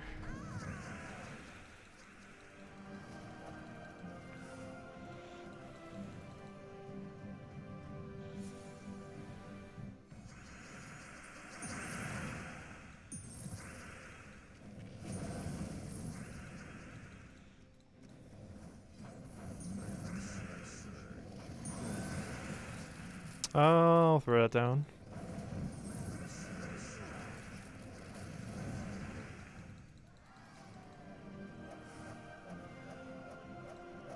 If you were... No, I actually do type out Nomopalooza. I can't recall a single time I have ever actually typed Gap in a title in one of my streams. And if I did it because we hit a character limit and I need to abbreviate it. But normally I refer to it as Nomopalooza. It's not that hard. It's just the word gnome, then a dash, then a dash, and then palooza. I guess maybe some people forget how to spell palooza. Isn't it P-A-L-O-O-Z-A? Palooza. I'm pretty sure that's how you spell palooza. P-A-L-O-O-Z-A. That's not too hard of a word. That is a bit of a weirder one that you don't tend to spell that often.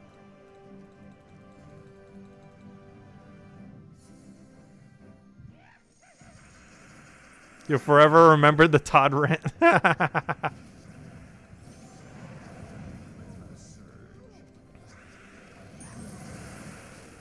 I don't know, it's not just me, is it? Like, there's just some names where you hear it, and it's like, it just doesn't work as a kid's name. I'm not sure what the full list is off the top of my head, but Todd is definitely one of them. Where it just does not come off as, like, a kid even being capable of having that name.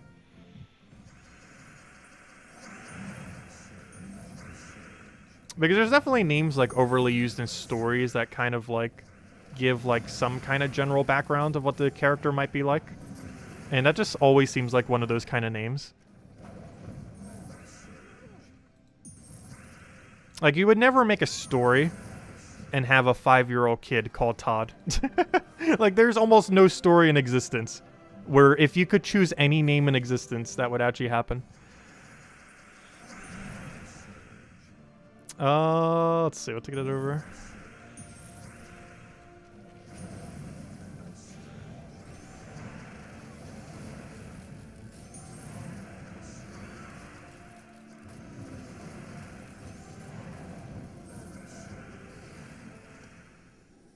Live chat is... Oh, yeah, true. If you're typing it in global chat, that could be the case. Because I don't chat in global chat that often these days in game. So yeah, that's true. Because it does move pretty quick. Which I think I have it disabled right now.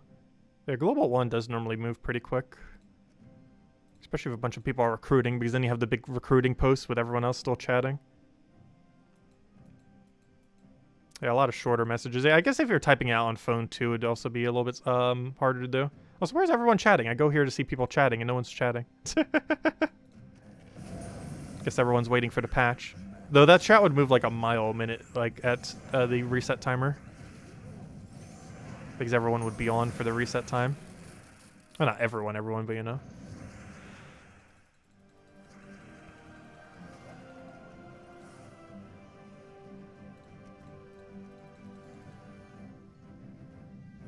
How is Tacit Jr. as a kid's name?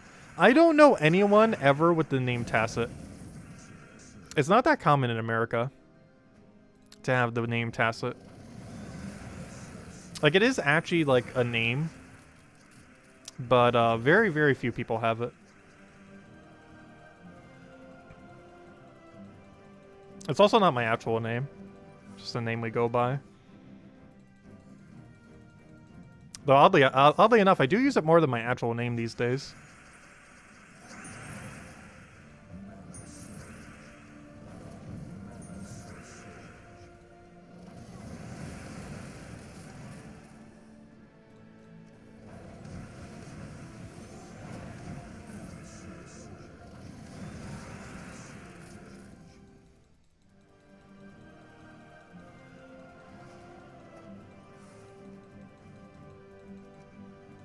Oh, eventually we'll get another good chest this stream.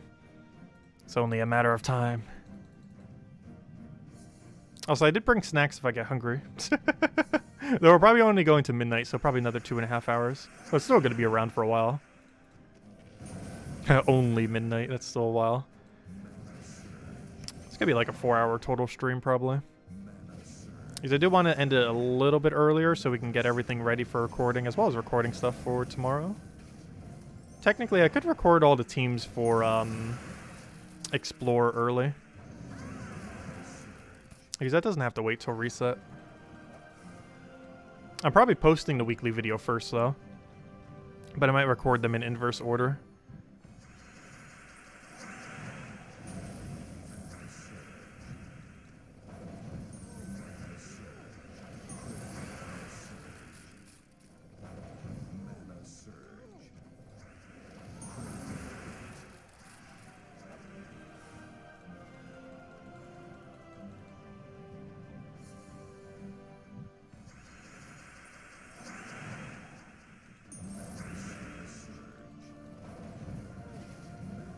You want to take a nap and wake up at reset? I have tried doing that after my stream before, and it almost never works out. I'm not sure why. But I have done that, where like I end a stream, and then I almost immediately go to bed, and then I could just never wake up at reset properly. Though it's a little bit easier now that it's 3 a.m. Reset, because when it's at 2 a.m. I could never like take a nap and then wake up then. But 3 a.m. is a little bit easier to do, because then you could just wake up at like 4 and it's not that far off. I won't be doing that tonight, though it is something we could be doing now that it's an hour shift. Now that the hour has shifted. Do you think they will ever have another use for Orbs of Power? I wish they would. It was kind of weird. A little over a year ago, they added a 1% chance to get Power Orbs off of Major Orbs. However, since then, like, we assumed at that point, like, oh, they're going to add more things that cost Power Orbs. But then they never did, which is very weird. Because it's been a little over a year now, and we still have not gotten any piece of content that uses those excess Power Orbs. I'm not sure when on earth they're going to get around to that. If there even is, who knows. But for whatever reason, they added a way to get it at a higher rate, but then never added anything to sync them into. So now a lot of people are starting to get a surplus of Power Orbs. So hopefully they will add some purpose. Because currently there's only two things, of course. Zugoff and Enraged Karandera. Because when seasons were first starting, because, you know, Season 1 came within a boss troop, it kind of seemed like every few seasons they would probably add another boss troop. However, they have since added none. Unless you count Hatter and Skrull. They are theoretically boss troops, but they did not cost Power Orbs. They costed other resources. So even though they were under the boss troop category, they weren't similar to the other boss troops in cost. I don't know, we'll find out in time. I wish they would. Like, if we got, like, one boss troop per year, I think that's fine. Even 2 boss troops per year isn't really pushing it that much. But even just 1 per year would be kind of nice. Like, 1 boss troop per year costing 8 Power Orbs.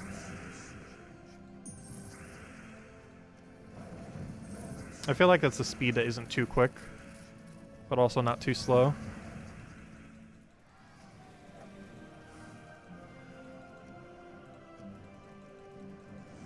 Because not counting Hatter and Skrull, it's been a year and a half since we've gotten a boss troop that actually cost 8 Power Orbs, and it was Enraged Karandera.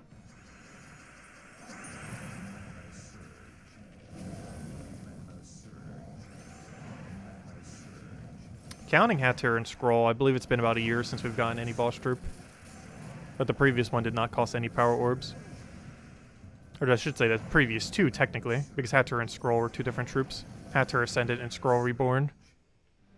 Well, technically 3 different troops, because Hatter and Skrull was a troop. Hatter Ascendant and Skrull Reborn were all troops, so technically 3 different troops. 2 of them were boss troops. None of them costed Power Orbs.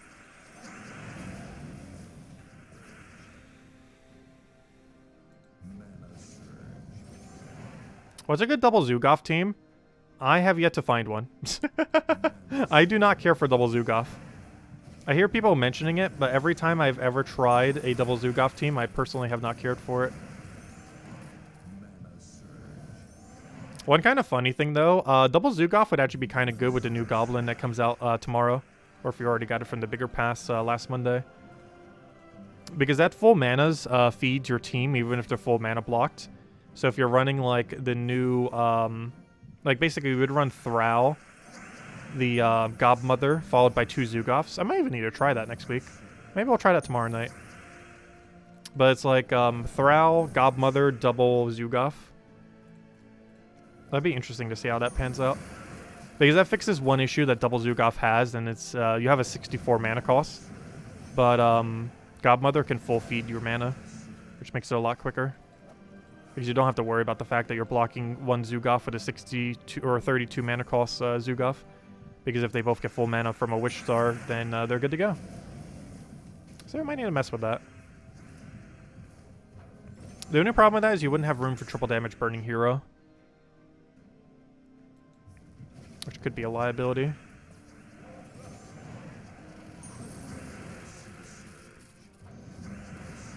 The other alternative is like Thrall with like Hero and First with some weapon.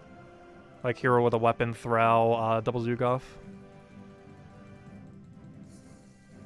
Or even Leprechaun, double Zugoff. Though the Leprechaun would likely be behind him if you're going down that route. The only problem with Leprechaun with it though is that would be really bad for mana accumulation.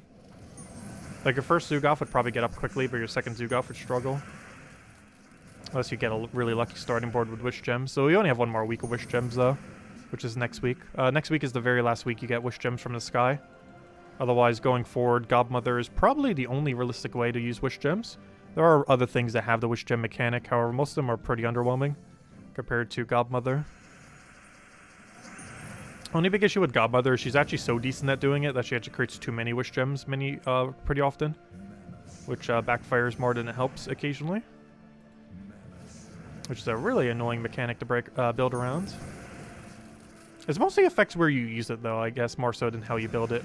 Because how you build it kind of stays persistent. You just have to make sure the game mode that you're doing it in isn't one where you're going to auto-lose if you give the enemy full mana.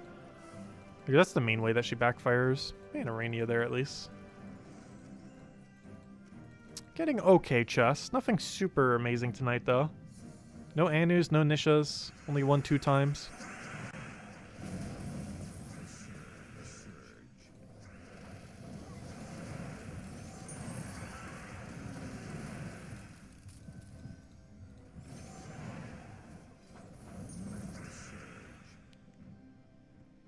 Let's go take that over. Grab our red over there. Get our Zoogoth down.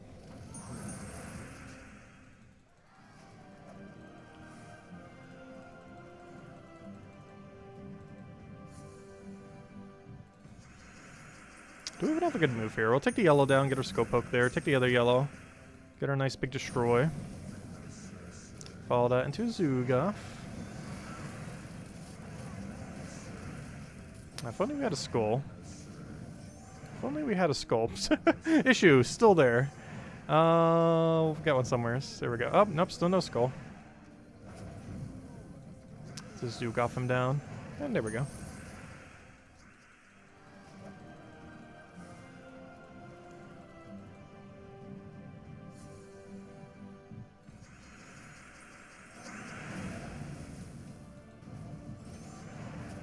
Oh, we're still off on mana. Very unfortunate.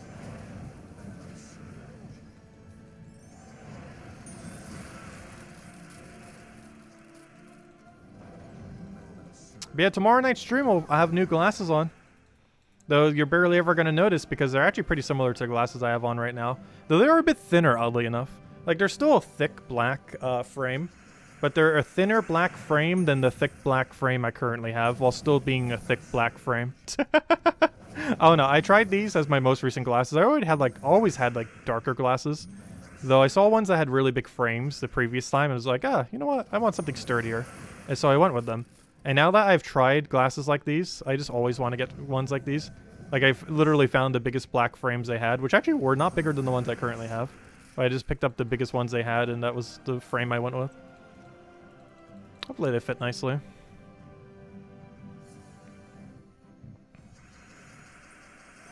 Always concerned they measure it wrong. Because I've had some glasses that were towards the tighter side. I think they could adjust it kind of there, though, if they need to. I think that's annoying, because you normally use them for years on end. So definitely don't want them to be loose or tight. Though it's more annoying when they're too tight than too loose. The too loose could still be an issue, too. But too tight just leads to, migraines, constantly. Are the new ones sexier? I have no clue. Actually, they probably look similar enough where if I didn't say this stream that I was getting new glasses... Actually, I probably shouldn't have. That would have been a funny April Fool's trick. But, if I didn't say I was getting new glasses, no one would probably even notice I'm getting new glasses. I'm not even going to say it tomorrow night. I'm just going to see if anyone even notices. See if there's some people who weren't here tonight watching tomorrow.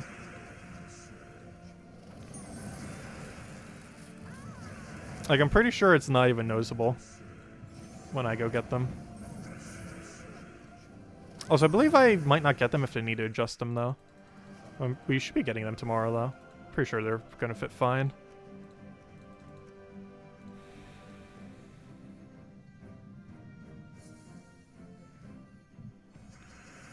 Yeah, these have gotten definitely a bit of wear and tear. They're, whatever that one, connecting thing is called, is getting, so crackety. It almost sounds like it needs oil or something. It almost, audibly, noises when you're like doing it. There's like that weird like snapping thing to it, where it almost sounds like it's gonna break. It's still sturdy enough that it hasn't, but it's sure making the noise as if it's going to.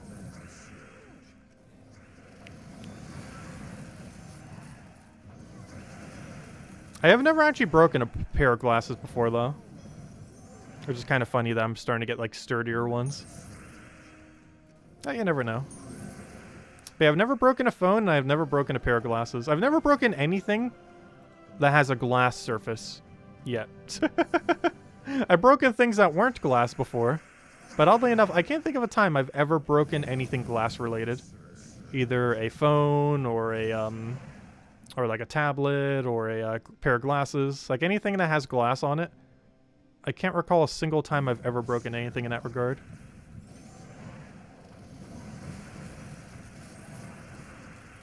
At least not yet. Let's hopefully not jinx it. I cannot recall a single time it has happened yet.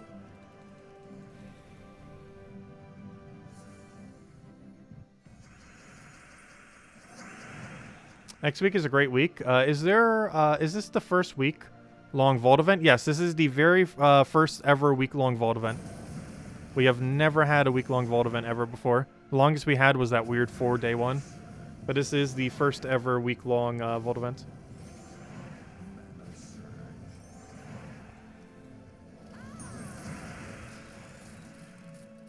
What about my old Switch? My old Switch isn't technically broken in that regard. Like, the screen's still completely intact.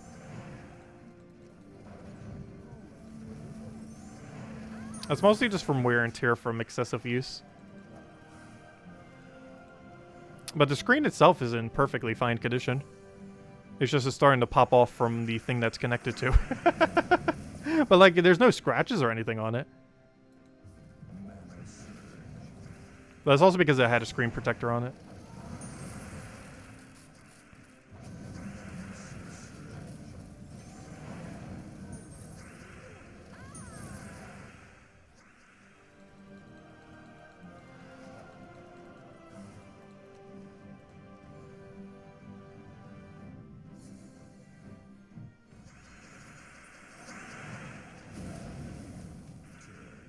What's the percent of people on the poll that said they've gave up? Let's see. 22% of people have either gave up or have not bothered trying to get the new Mimic yet. That sounds about right. So like a fifth of people.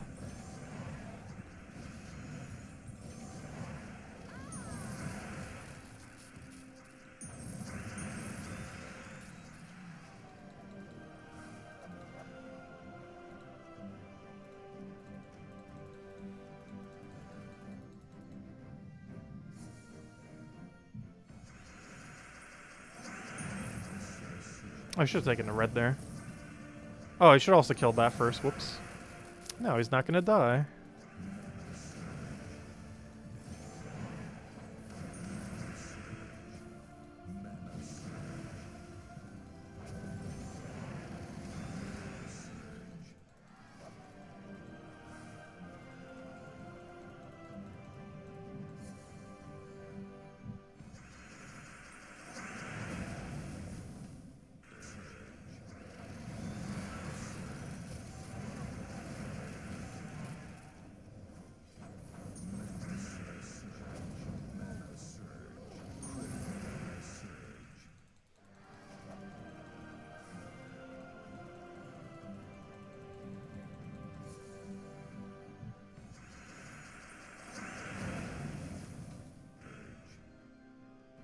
We need 1 mana on everything, pretty much. Which we have a weapon that does exactly that. Which is one thing that's kind of weird about this weapon. But it's very convenient as well. As it gives 1 mana to all allies. Which doesn't sound like much, but when you're only 1 mana short, that is a lot of mana. If it's the difference between being able to cast and not cast. Even though the overall amount of mana accumulation is very low. There's just so many instances where this team where it actually does need that 1 singular mana to get things rolling.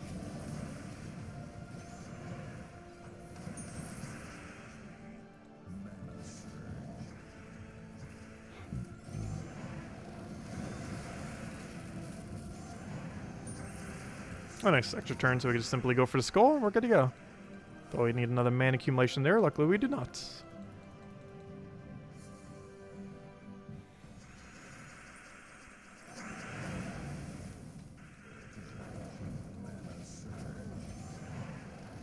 But yeah, this is going to be quite a grindy week for Gems of War, that is for sure. Having a Vault event literally every single day. I wonder how that's going to change the dynamic for doing guild-related stuff. Because now it's probably going to take even later into the week before the guild gets everything done. Because everyone will be focused on Vault event. I'm definitely still knocking out all the tasks tomorrow night for the objectives. Like, we're probably going to touch the Vault event very little tomorrow. Mostly because our main goal is to finish all Chapter 10 tasks. Which will be the primary focus of tomorrow night's stream. But then the rest of the week will be spent grinding out the Vault.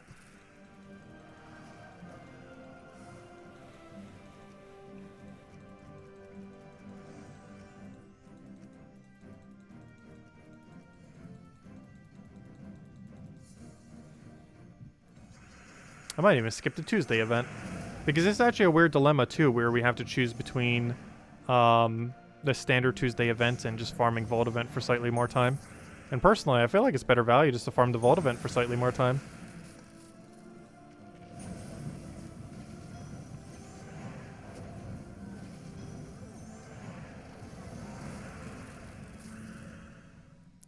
Listening to the stream is giving you good luck. Glad to hear. You got 4 mimics now and 17 boss battles? Nice. That's pretty lucky. I have still seen one this entire stream. We are at very pitiful luck.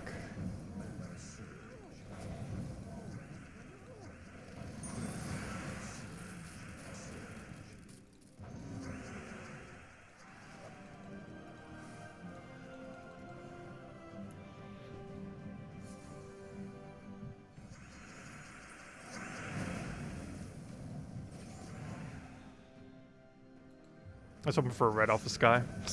I was depending on it a little bit too much there.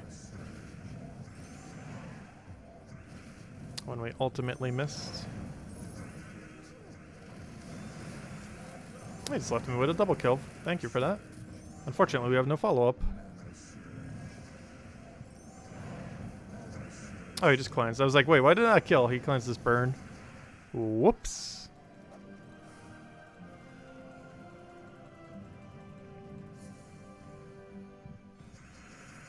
Yeah, I've been starting to do that lately.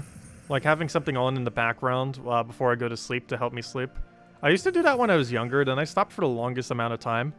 But I've noticed this last like half a year I've been starting to do that again. We're having like some kind of background noise up while I'm trying to go to sleep to try to sleep. I'm not sure why I started doing it again. But I have as of the last like half a year or so. Normally it's just random streams that already occurred. I normally don't do it for things that are live.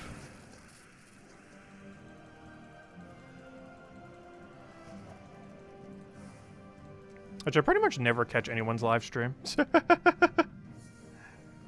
just catch the video of the thing after the fact to have in the background. Well, we have all of ours up on the channel as well.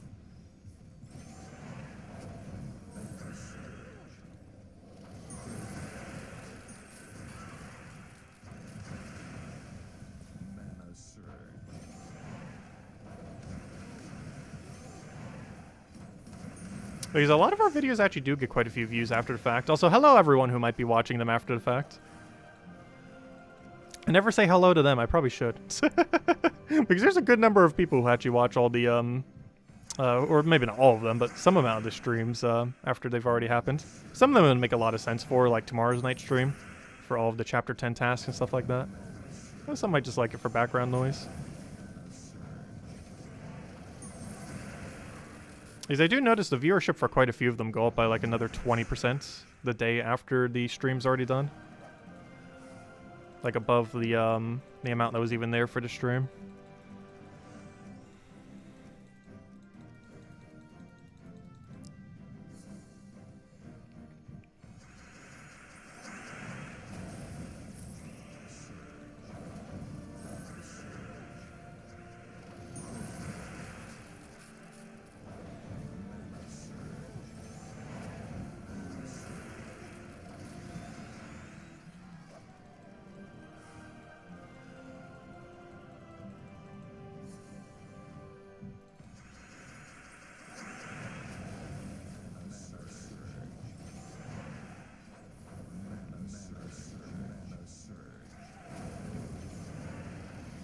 Ah, we didn't get the extra turn. No. Unfortunate. I could try for a purple Alpha Sky. Oh, I could also just take the purple. I can also just take the purple that's sitting there. That'd be very helpful.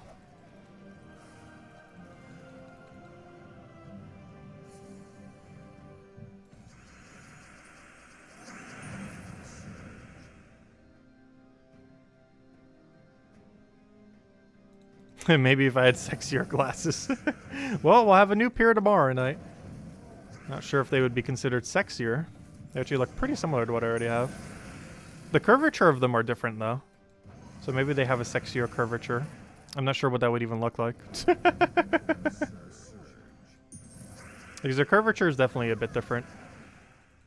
But there's still, like, a very similar premise.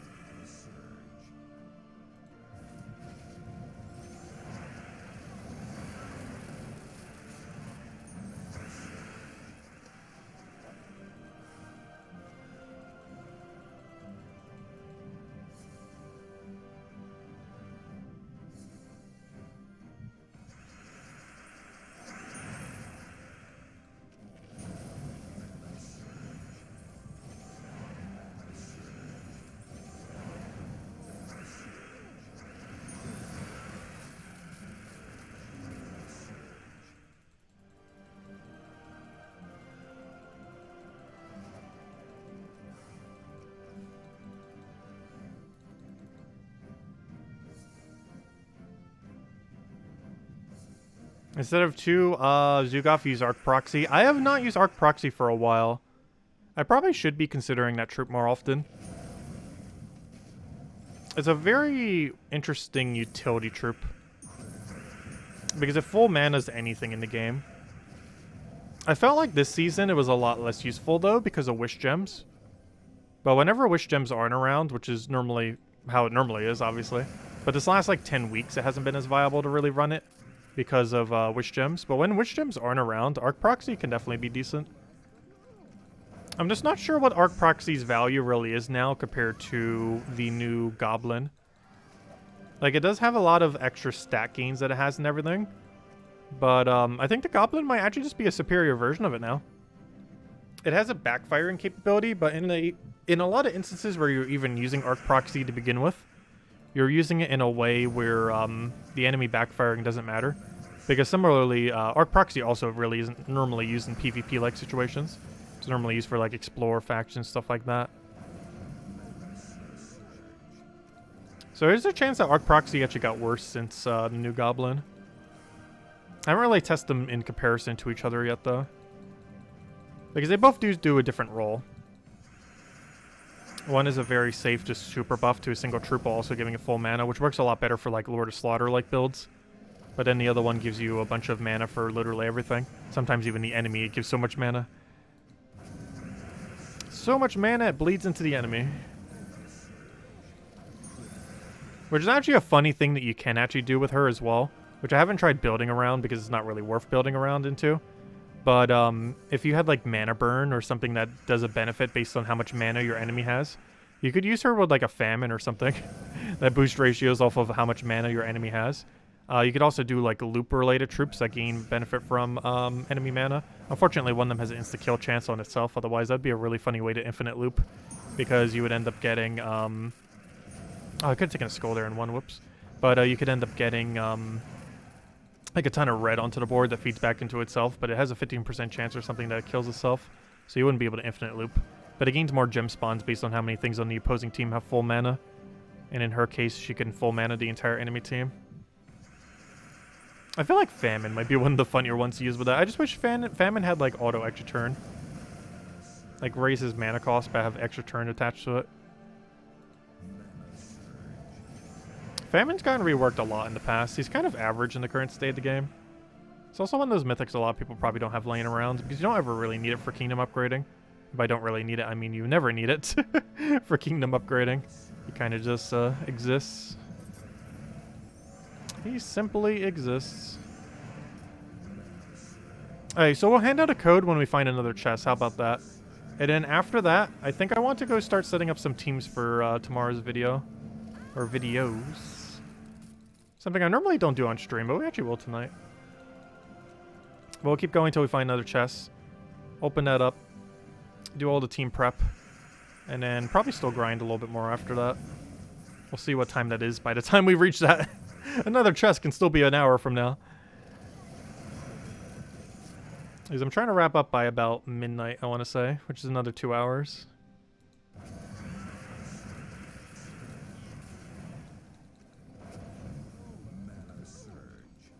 And that should give us enough time to record the 2 things. Well, one of them needs to be recorded, the other one I can't do till 3 a.m. at the earliest of earliest. Because now reset time is at 3 a.m., even later in the night. Because now that the hour shifted, it's at 3 instead of 2. Too bad it wasn't at 1 instead of 3. That'd be very convenient. Because for my time zone, that would make it way easier to record those. But 2 and 3 a.m., particularly 3 a.m., is so late at night. Like, you're pretty much already tomorrow morning by the time you're at 3 a.m. It's closer to tomorrow's morning than still the night of the day you were already on. Hey, 2 times! Oh, there he is! That's convenient, we were just talking about you. Well, let's go hand out another code. I'll hand out a second code. Who knows, maybe even multiple if this is a 5 times and or the new troop. Could you imagine that we just get all of it right now? I want it to happen so badly. You know it's not going to happen, though. But it can. And that's what keeps us hoping. Alright, so obviously we get a 2 times chest here. However, does it go deeper? No! Anything in it? Hello? No! Oh, we got was 4 Orpheus. Boo. That tribute's ready. If it'll let me. Well, gosh, what's with the lag all of a sudden? Is anyone else lagging or is it me? That's not good. Alright, let me reset the timer. Anyways, here you guys go. Here's the second redeem code. Let me just go get it for you guys real quick. And then we'll go and start doing some team prep for tomorrow. Though we're going to still keep grinding. I'm probably going to try grinding for another chest. I want to go do some of the prep for all the teams tomorrow. And then we'll start up the timer one more time and probably go until we get one last final chest another 2 times. Hopefully 5 times. But anyways, let me go get you guys this code. Just need to go find the little thing. Let's see. Put that over there. Put that over there. Because we don't do too many team buildings on stream that often. And some people, when we were doing on the Monday video, kind of requested we start doing it a bit more often. I'll even throw some into the Monday video, we'll see. That would work a lot better for the Mythic, though, when a Mythic comes out. Kind of doing team building on the spot. But anyways, guys, there you guys go. There's the redeem code, number 2. You guys know how to use it by now, I'm pretty sure. Same word as always, and enjoy. And definitely feel free to leave a like on the stream. Helps a lot and is greatly appreciated. There you guys go. Actually, I didn't even claim the other one. This is probably still the one from earlier. It says 43 minutes ago. Yeah, that was the one from earlier. Also, why is everyone in the guild doing so many tasks? Thank you, though. But there's the 2 redeem codes that we've handed out this stream. Let's claim the other junk. Or not really junk, but you know, the mixture of everything we get from doing those.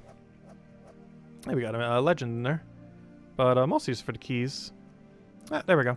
Anyway, so, we're gonna try to make the teams for first. I guess we'll start by building the explore teams. So I already have all these set up for the video. I do want to save one of these, though. That one. Alright, the rest of these, we can overwrite. One of them was that Fiendfire team. That's really situational, though. Alright, anyways, let's go get the, I wanted a couple explore teams. I could even just move my 2 explore teams in there now that I think about it.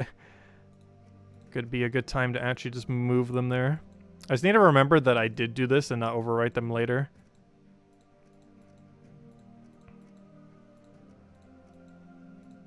Because if this is an explore team video, obviously we should show our explore teams. We're showing way more than just these 2, obviously. But it would make a lot of sense to move them into position. Let's see. Let's rename them to what their actual categories are. Let's see. This is 1 to 5. Actually, I should say 2 to 5. 2 to 4. Depending Depends on your stats. Explore 2 to 4. That's Explore 12. I need the in-between, the Phoenicia builds. So this is Explore 5 to 7. Wait, can Phoenicia actually take out Explore 8? I always feel like she can't. I'm just gonna call it 5 to 7. Most people don't have the stats for it anyways. Like, even if you can do it with 8, you need a really high amount of magic.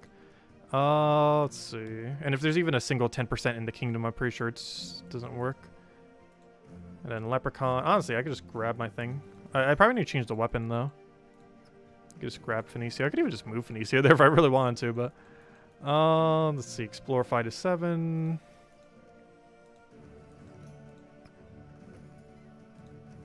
Do I even need the other... let's see. We need Urskaya Shield. Then again, if we're showing this for low-level range, do I even need Urskaya Shield there? Black Mantle goes kind of fine. I just always like showing this team with Urskaya Shield. I'm going to show a Black Manacle here because the cheaper high Explore team can end up using it. So now I need Tesla and... oh no, I guess I'll just mention it here. Because you're not really casting Black Manacle. I'm just going to mention it for that. Plus I'm using Black Manacle here anyways. You can use a different weapon though, it doesn't have to be Black Manacle. But I like having a cleanup option just in case. You could end up using that one skull-related one. Actually, this one skull-related one might actually work better. Though there's one issue with showing that. A lot of people might not have Writhing Staff. So I'm just going to keep it with Black Manacle. Keep it things that are easier to build. The Flamethrower is one of those ones that can't, but it's still fine. It's my personal favorite go-to version of that. Then I need a cheaper one for Explore 12. So Tesla. Tesla, Holy Saint Astra. That's not how you spell holy. Holt. And then we need like our Urskaya Shield or something. And then change the class according. Actually, what class do we run with this now that I think about it? If you could run any class in the game.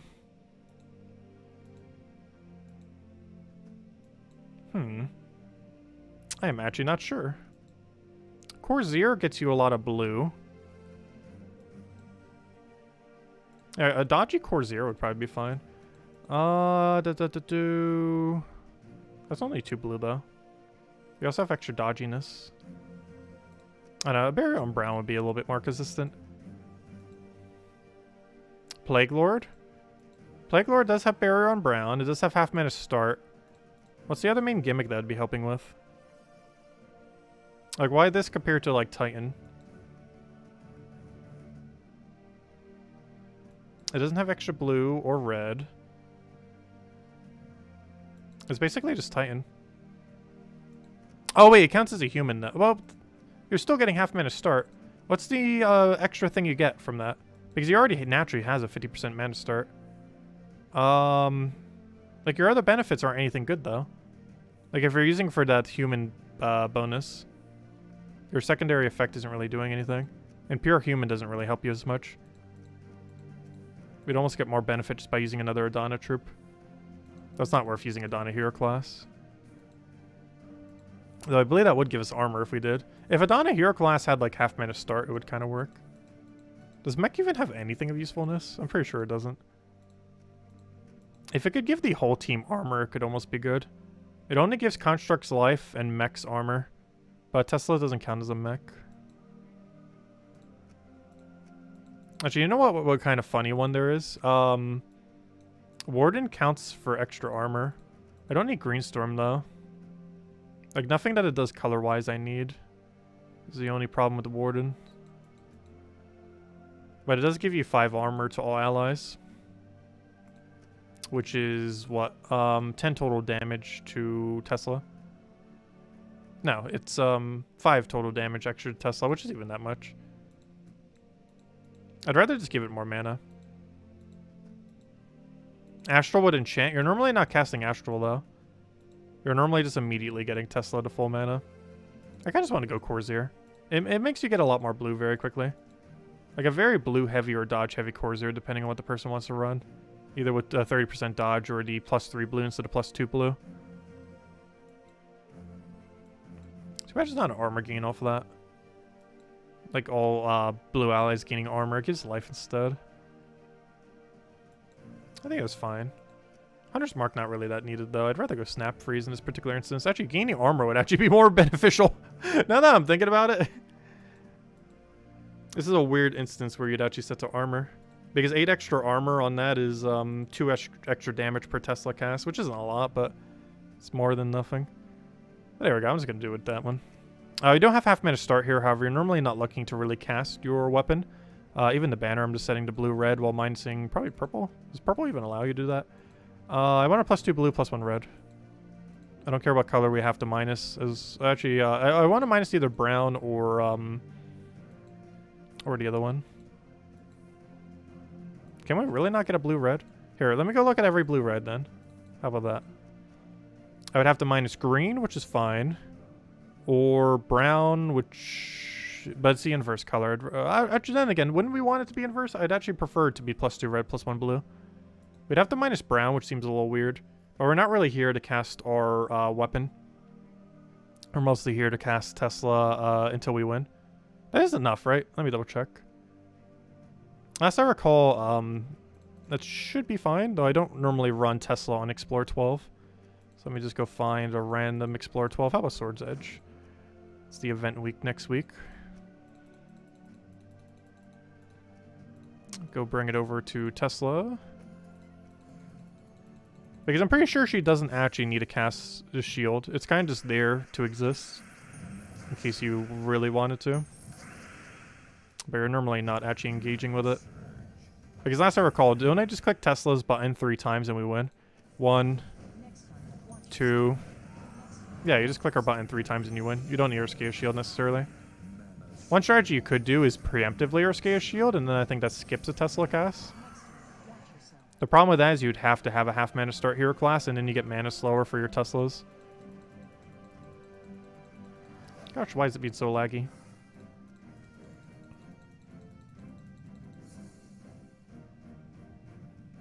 Because I'd almost prefer just having the blue to be able to get our Teslas up better. Because that allows us to have +2 red, +4 blue. Alright, am I running all in blue right now or dodge?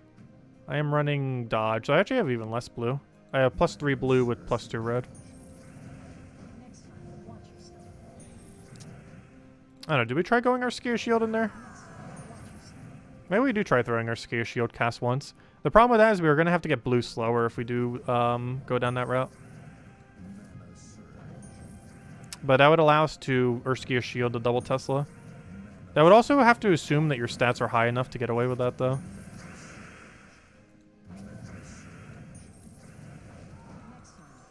Oh, these work a lot worse with Wish Gems, because there's actually no way for us to properly destroy Wish Gems with this team. I don't know, we could try it the other way. The other way would be like a really quick, like pretty much just Titan. Good old Titan. But we need like a really quick kind of get going kind of option. And the main premise here is we use our Urskia's shield before we actually cast. Oh, I meant to change my banner though. But our whole premise here is to use our Urskia's shield before we cast a single time. Because we need to have a +1 brown, +2 blue, ideally. Oh, it looks like we're still playing this the same exact way. I don't know, I feel like that's my issue whenever I use an Urskia's shield team. I always just want to cast my damage source immediately, rather than wait for the other thing. But if you run it this way, you have to change banner to either double red brown or double red blue. I mean, or double blue red. I mean, you need to run +1 brown into a double Tesla color. So like either red brown or brown red. So we can just minus purple then. So +2 red, +1 brown. Let's try it this way. Actually, can I get a +2 blue out of that? Because I'm using Blue Storm start. Is there a +2 blue, +1... Yeah, that. Oh, mine says yellow though. I think that's still worth it though. Because I need a blue brown. So we can get Storm off of it. There's a brown blue for minus purple, but I need blue brown. So we're going to have to minus yellow, but we're not really casting Holy Saint Astra normally, so it's fine. This just synergizes a little bit better with the fact we have Blue Storm start. Oh no, never mind. We have Brown Storm start. What am I saying? Never mind. Wait, do you not do... Yeah, it's Dust Storm. Never mind. Why would I think you were a Blue Storm? Okay, so you could take that over. You grab a Tesla. Tesla, you actually need to get full mana. Does this give 1 mana to all allies? I'm pretty sure it does. Near guarantee that this does. I actually forgot off the top of my head though. I don't normally use shield too often. Yeah, it does. I gotta just make sure. Had a feeling it did. I completely forgot for a second there though. Oh, yeah, that's how you'd play Tesla then. Yeah, this seems probably fine. It's a lot quicker doing it that way. Yeah, but I may not do the +2 blue then. Because we can get away with the double red without minusing something we even need. Not like we're normally even going to cast it, but yeah, we'll do double red +1 brown then.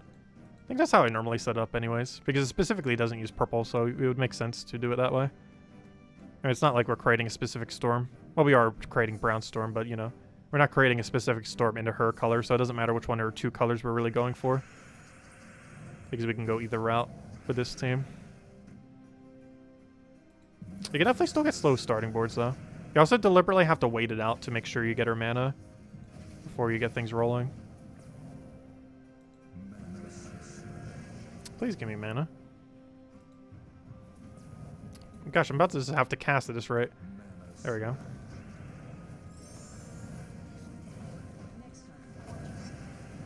Yeah, that's pretty much how Tesla runs for Explore. That should be fine to show for a video then. I'm still kind of rusty with using Tesla. Like, you can actually get that team pretty quick once you get used to using it a bit more. Like, I've used it a decent amount in the past, but I generally don't use it much these days. Let's see.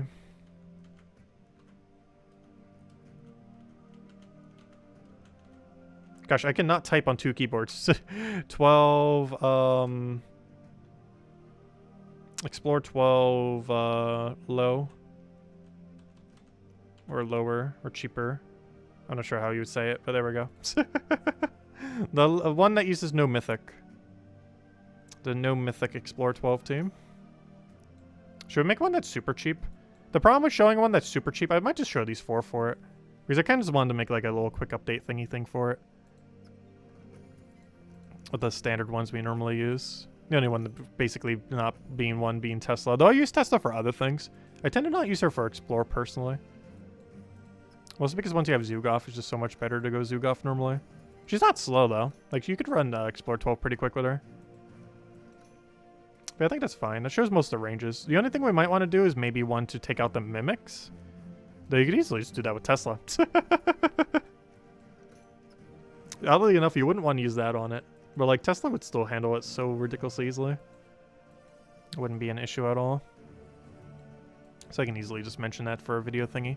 But there we go. I got those down. Anyways, now let's go do the other things. So, World event new, faction, pure faction, Friday events. Is that every team I would need for the Monday video then? World event, cheaper world event, 1 faction team, the other faction team, pure faction, whatever the weekend event is, which this week is raids for Glacial Peaks, I believe. And then that's all we need. Oh no, Thursday class team I don't have here. I would need 1 more team slot later. Or now. I'm just not sure what I want to replace. 2x Weaver? What even is 2x Weaver? We can replace 2x Weaver. Why do we even have that team saved? There we go. And then that would become, what's the class called again? Night class. The worst class in the game. Let's see, so that's night class. This is raid event. What's it again? It's Glacial Peak raids. Glacial Peak raids. It doesn't fit. How about raids Glacial P? Let's see. I guess that makes sense. Let's just do it that way. I might as well say weekend raids. There we go. There we go. Weekend raids, night class, pure faction. 1 showing all of them, 1 showing lower end. Cheaper world event, normal world event. These 2 I can't make until we really know what the world event is though. But these other 5 we can. So weekend raids this week is should be Glacial Peaks, as I mentioned. Just want to double check. So if we check our weapon here, That's not what I wanted. I want to check. There's two different ways we can kind of see this. One is off the weapon. And the weapon gives a bunch of Glacial Peaks random stats effect, blah, blah, blah. The other way we can kind of check is if I check over on weekly spoilers. It should tell me right somewhere here.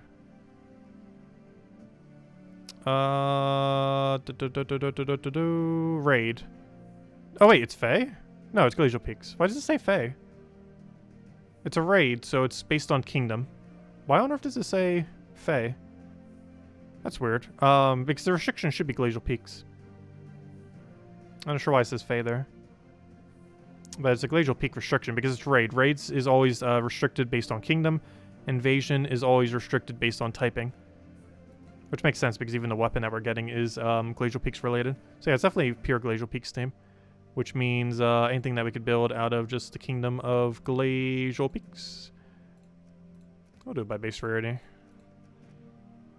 Gosh, our mythics here are bad. We don't have enough power though. So we can end up doing, not that. Where'd it go? Oh yeah, those aren't the teams I want to overwrite right now. We can raid, so we need, get rid of all that. We'll obviously go with some power. Aren't you allowed to use any weapon? I'm pretty sure you're allowed to use any weapon. It's a raid and invasion event. You can use any weapon you want. I'm not going crazy, right? You're allowed to use... It's world events that are restricted with the extra restriction. I am pretty sure raid event you can run literally any weapon you want.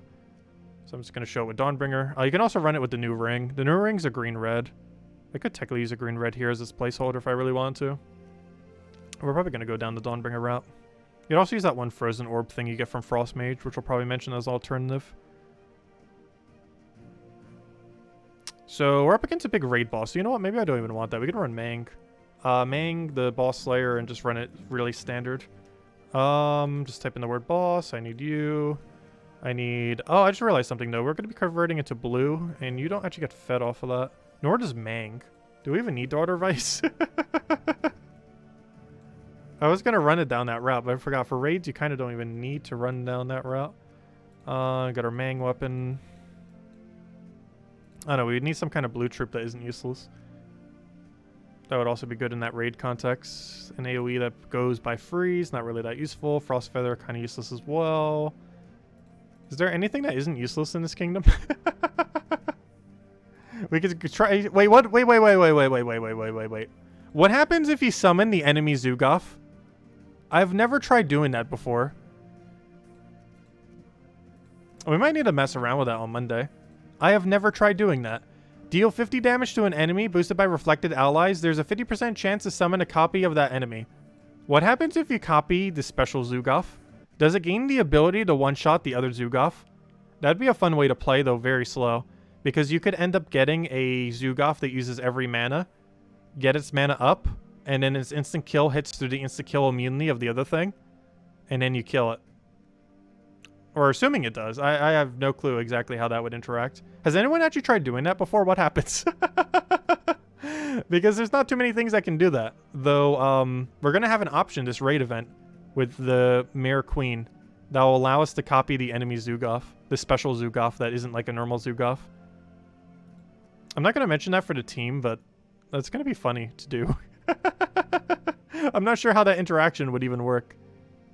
She can copy mythics, so you don't... No, I know she can. Like, I know she'll copy it. I'm just not sure what the interaction will be. Because this Zugoff that's in this event has a special property where it cannot be killed by instant kill. However, he has a insta-kill ability that hits through an insta-kill trait. So what I want to see is... Normally, no insta-kill kills him, and his insta-kill hits through any insta-kill immunity. But what happens if a thing that has an auto insta-kill, like his insta-kill, tries insta-killing his insta-kill immunity that has insta-kill immunity to everything? Because normally, if you use a normal Zugoff against the special Zugoff, it will not kill it. Because it has a special insta-kill immunity that just prevents it. However, does that work the other way around? Because if we had, like, for example, something that has the insta-kill trait on it, and that Zugoff casts against it, it will kill it. But if we also have that Zugoff, what would happen if we tried killing it with the same mechanic? I've never tried that. Because there's a special immunity. Like, there's this trait, of course, that exists called, I always call it indestructible. I think it's called something else. It's called, what does the on this tower say? It's called, Invulnerable. I'm not sure why I always call it indestructible, but it's called Invulnerable. And it gives immune to all status effects, devour, mana drain, transform, lycanthropy, lethal damage, blah, blah, blah. However, the special Zoogoth that's in raids hits through this trait. However, the special Zoogoth that's in raids also has this trait. However, it also, his special trait. So, for example, if I Zoogothed a Leonis Tower with a normal Zoogoth, it'll do nothing. It'll still create the skulls, but it won't do the insta-kill. However, if the enemy Zoogoth, the special one that's in raids, was to try to insta-kill this Leonis Tower, it'll hit through and will insta-kill it, even though it has immune to lethal damage. So the thing I was curious about is if we copy the enemy special Zoogoth that can hit through Invulnerable, would our troop be able to insta-kill the enemy Zoogoth? That's something I will test, though I will not mention it for the video thingy because it's not really too relevant because it's so slow to try to win that way. Though it'd be really funny to do, and we'll test it tomorrow night.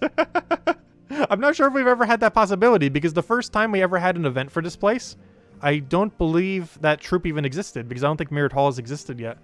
And I believe she's the only thing in the game that can do that interaction, so we need to go do it and try to see how it works. But anyways, I'm pretty sure I lost like half people from that.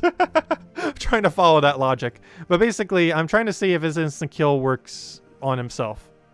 Is the short of that. I probably made it way more complicated than that. But I basically want to see if his insta-kill can kill himself. Since his insta-kill overwrites all insta-kills. Immunities. Because you're normally not able to kill him with like a standard Zoogoth. But you might be able to kill him with a Zoogoth that is himself. But we'll find out tomorrow. Anyways, what we're doing. I'm trying to find one more troop for this team. Where's Glacial Peaks? Good old Glacial Peaks. I need one more troop to put in this thing. So we need something not useless. The problem is Glacial Peaks is almost entirely useless. Like I want to use the Empower, but we don't have anything that uses blue on the entire team. We could use another mana accumulator, but then we lack damage. Like we need a damage source here. But the problem is everything here is so bad at doing that. Oh no, do I just go Mirrored Queen for the fun of it? Deal damage to an enemy. She doesn't do anything good though. Give Reflect to a random ally when matching 4 or more gems. You know what? I'm just going to show it with her. The only problem is we have like such bad color diversity. I could just want a Winter Knight first slot. But then again, we don't get the Mang value. Is there anything here that's green-blue that isn't useless? We have that new AoE option. Deal damage to the last enemy and then freeze them. If they are already frozen, there's 20% chance to devour them. Or a very standard AoE that gives us Blue Storm at the start of battle. The problem with running her is what value are we really getting? Oh, wait. I need a different mana accumulator. I forgot that. We're not running you. Does any of you here actually mana accumulate in any way that isn't useless? I could always run the copycat one. Create 10 gems of an ally's color. There's a 50% chance to summon a copy. It also has Yellow Link. That's good enough. And it was minus blue, which is kind of funny for a pure Glacial Peaks team. Is that really the only color we're not using? Because that's pretty funny. It's a very heavy blue-based kingdom, yet I'm not using a single blue. Which is rather ironic. Let's see. It's not like the heaviest of heaviest. Like I would think Merlant is a little bit heavier on blue and stuff like that. But still kind of funny. Oh, wait, I'm looking for a minus blue banner. Why am I under here? I'm looking for a good minus blue. Ideally, like a yellow... A +2 purple, +1 yellow would be ideal. I don't think we have access to such a thing currently. The other alternative is a +2 red, +1 yellow. But I don't really need Mang going up super quick. Like, we're looking to cast it once, but a total of once. A double yellow-green, or a double green-yellow actually seems kind of good. Because that allows us to copycat directly her mana accumulation. Also minusing something we don't need. And then we just change the hero class to some kind of standard tanky thing like Titan. A nice momentum all-rounder protector thing. There we go. That's our team. Weekend raids. Mang, Freya for the killing the boss troop. Actually, what's your side effect? Freeze a random enemy. That is a pretty underwhelming side effect. Oh, she has fast though. She gets her mana up a bit quicker. Yeah, it's pretty much the game plan then. Because we use Copycat as our mana accumulator. The Mirrored Queen will do something funny. Freya kills out the thing. Mang just solos the entire team and you win. Alright, seems good enough. There we go, 1 team down. So, knight class. We are restricted specifically to knights from Sword's Edge. As far as what our restriction will end up being for this particular instance. So we go to that, we go to knights, and we're good to go. Okay, so as far as things that we actually need here, I guess we could just go down a link route, because what's our empower? If I go to empower right here. Empower nothing? Really? Okay. Let's go to link. Gosh, we have nothing good here. You're just blues? Okay. Well, what a diverse team of, hello, Dawnbringer. I really feel like we should have, like, one other option there. I don't know, does this place have any AoE that, can replace a Lance Knight? Like, something that can go with a Dawnbringer? The problem is most of them have mana conflict with this kind of team. Like, almost this entire kingdom has mana conflict with this kind of team. So yeah, we're just gonna keep it as like a blue-red then. Or blue-yellow, actually. +2 blue, +1 yellow, minus something we don't need. Which, we do not need green. Alright, good enough. There we go. Oh, I do want to change the class to, probably Frost Mage. So if you want something tankier. Thinking Frost Mage, though.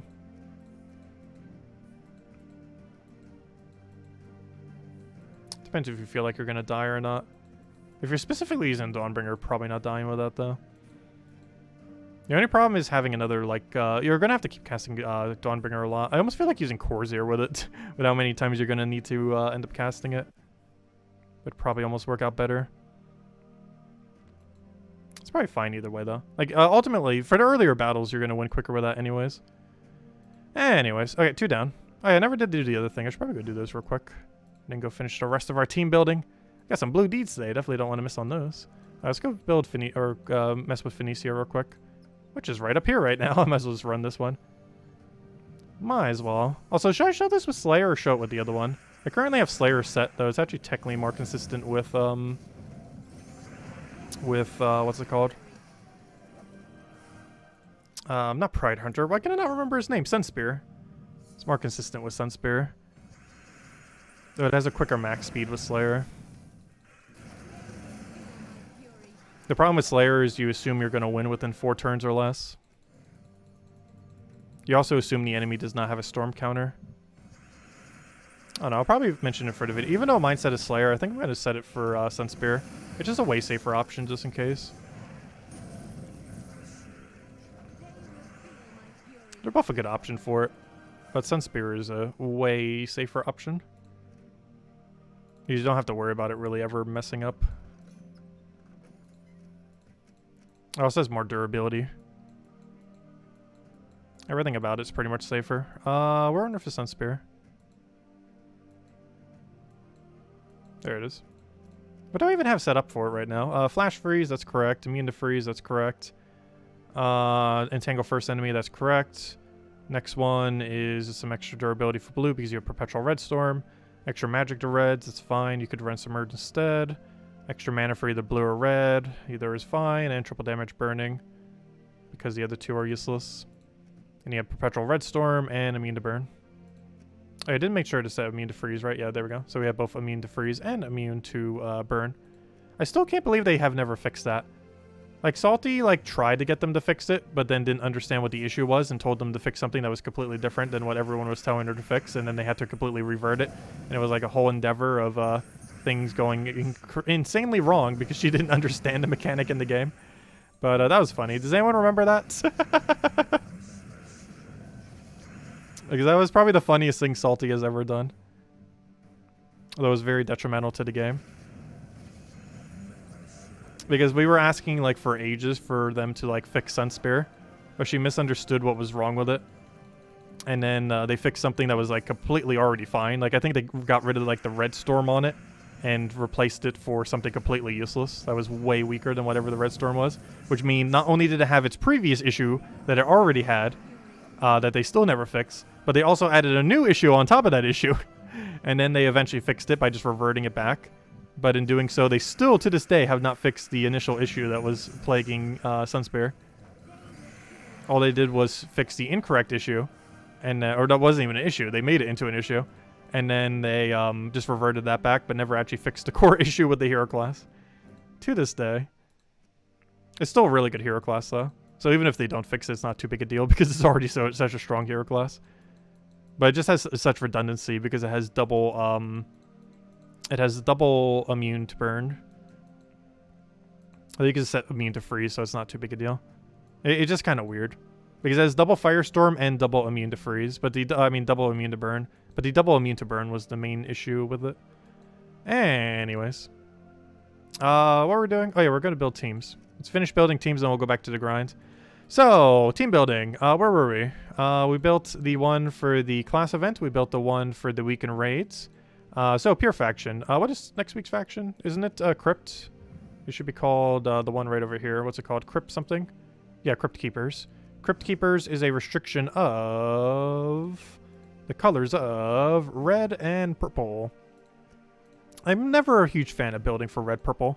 I feel like my teams for red purple are always weird. Because the first thing that comes to mind when I think red purple is like, oh, we'll just build like a Thrall Zugoff team. But the problem with that is, what do you do for the cheaper side when you're building red purple? Like, I think that's my issue normally. I guess I normally would show Tesla. Like, Tesla's pretty fun. Like, Tesla's probably my go-to when we have red purple. Because we can go like a Thrall Tesla. Good old Thrall Tesla. Like something like that. Didn't you change banner though? Banner. Oh, assuming you have enchant, you're going to start with at least 3 mana. So it doesn't actually matter if you have any extra purple. So we'd set our banner to +2 red, +1 brown, -1 not purple. Actually, even if we minus purple, it technically would not matter here. Oh, I don't want to minus blue though. That's fine, but I don't want that much brown. Yeah, I might not be able to do this. What if I did it to blue? What if I did a blue-brown with like minus yellow? Like that. There we go. That's fine. Because we don't need any additional purple. He's already going to be fine with how it works. Because with enchant, you're already at a point where even a no surge is full mana. Yeah, that should be fine. Okay, I'll run you the whole place because it's a red purple restriction. And then, I don't know, do I just make that the lower team? And then just make it a high level 100 to 500 team? Because I never know what to mention for a low level range red purple. Like, you can run like a... You can run the guard there, you can still run Teslas through it. You can run the gargoyle build. You have access to Thrall Leprechaun, so like literally anything that hits all enemies you can just run. I'll probably just stick with Tesla for it though. We'll do like a Tesla into like a kind of Zugoff thing. Just name this 100 to 500. But yeah, I would have to say red purple is probably one of the ones I do not like building for the most. It's just something weird about that color combination. I just don't care for as much. Anyways, let's go get Zugoff build. Good old Zugoff. Can't run, what's his name, though? Oops, I forgot. Zugoff has 2 U's, doesn't it? Good old Zugoff. Let's see. Thrall Zugoff. We could even do Leprechaun if we really want to. Leprechaun and just have Hero in first slot. Hero with Mang. I'm actually tempted to. Like a Mang Hero first slot. Just for the additional damage. You know, I'm just going to do it that way. I don't feel like I show Mang that often. Mang's a fun weapon. You don't tend to use that as much later in the game.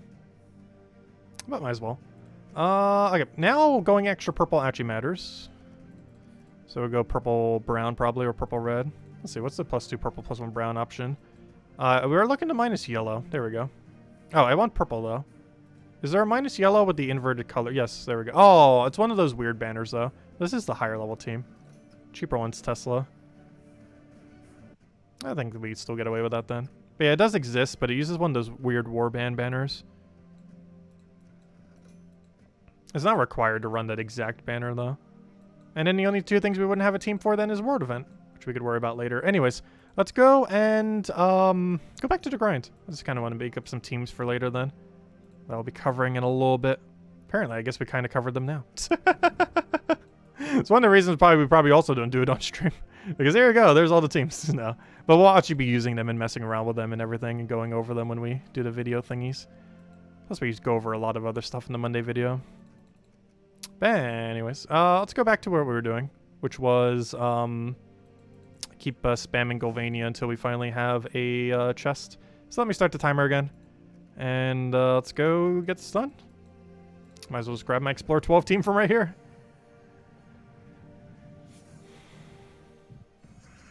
What was the broken issue with Sunspear? Well, it wasn't broken. The issue is that he has a redundant double immune to burn. And it was being requested that they could do something to change it, like changing one of his 3 traits. Like, basically, what was trying to be said was there's immune to burn on its perk, and there's immune to burn on its trait. Could you change the redundant trait, which of course would, in this case, would be the immune to burn. So basically it has 3 traits. One of them, I forget what it is. The second one is immune to burn, and the third one is perpetual red storm. Basically what ended up happening is instead of changing the redundant immune to burn trait, they changed the red storm that goes perpetually. So instead of changing the trait that was just gain immune to burn, they changed the trait that was do red storm every single turn, which made Sunspear basically useless and killed everything that it was used for. Because that's like the only reason you use Sunspear. Well, maybe not the only reason, but the main reason is perpetual red storm if you're bothering to bring it out. Like, that's like 90% the reason you do. So it does have some pretty other good things going for, like Entangle into Freeze and stuff like that. But the main reason you're ever really bringing in your team is normally for red storm. And they then got rid of red storm, thinking that that was the redundant one that people were mentioning. But it was actually the immune to burn. Because I believe it's the only hero class in the game where you can actually set double of the same immunity. Because he has immune to burn off his second perk off a fire tree, but he also has immune to burn as a natural trait off of his traits.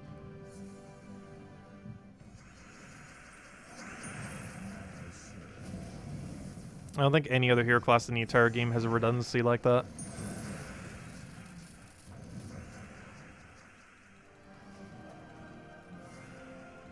Because a storm redundancy doesn't matter too much because you can actually overwrite it in a different way. I believe trait order works in a way where if you have double storm, the one off your perk I believe does trigger first. So for example, if you had like brown storm but perpetual red storm, you could trigger for 1 turn that other brown storm, and then you start going into perpetual red storm. I can't remember what his other storm color was, but he has something like that. I think it's purple, where you can go like purple storm for turn 1 and then switch into red storm for the rest of the battle due to how the mechanic works. So that one's not like a full redundancy kind of thing, but the immune to burn is.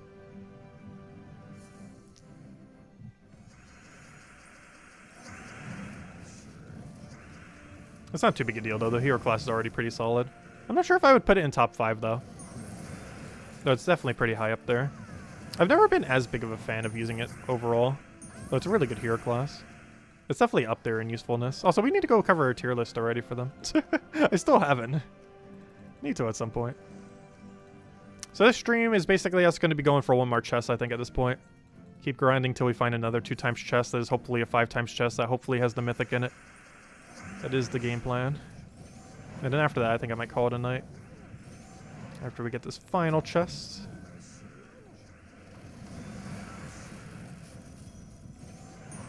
And then we shall continue the grind throughout the rest of the week. Because we're going to have a Vault event weekend this whole week. I keep wanting to call it Vault event weekend, but it's a Vault event week. Also, I finally get to go over 6.2 patch in the thing. Because I still never covered a video specifically on it, so I'll be doing that in the Monday video. I've been doing that a lot lately. Normally, whenever a patch ends up coming out, I just cover it completely in the Monday video. While also going over the normal things. Luckily, it doesn't take that long to even go over everything in this patch. Because most of what's in it, I'm already going over in the other patch. Kind of going over Vault event teams, which also indirectly go over Explore 12 teams.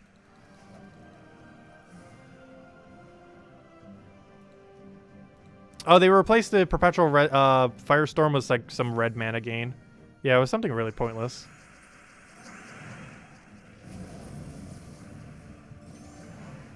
There was so much backlash to it too, it was pretty funny. It was one of the weirdest changes they ever did.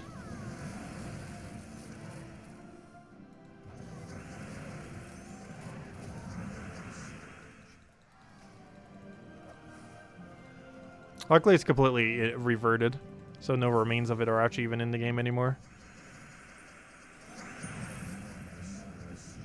It's probably the only time they've ever changed something in the game where they literally just did a complete 180 and reverted it 100% back to what it was. I don't think there was ever a single change in the game that they ever just like fully reverted in like under a month. Or even reverted at all completely. Because Sunspear is currently in a state as if the change never happened. Because it was just brought back to exactly what it was. I'll take that over.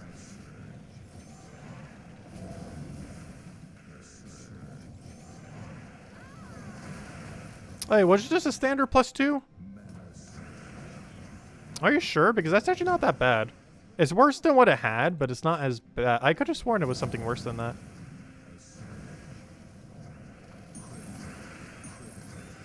I do wish we had more hero classes that had that mechanic, though.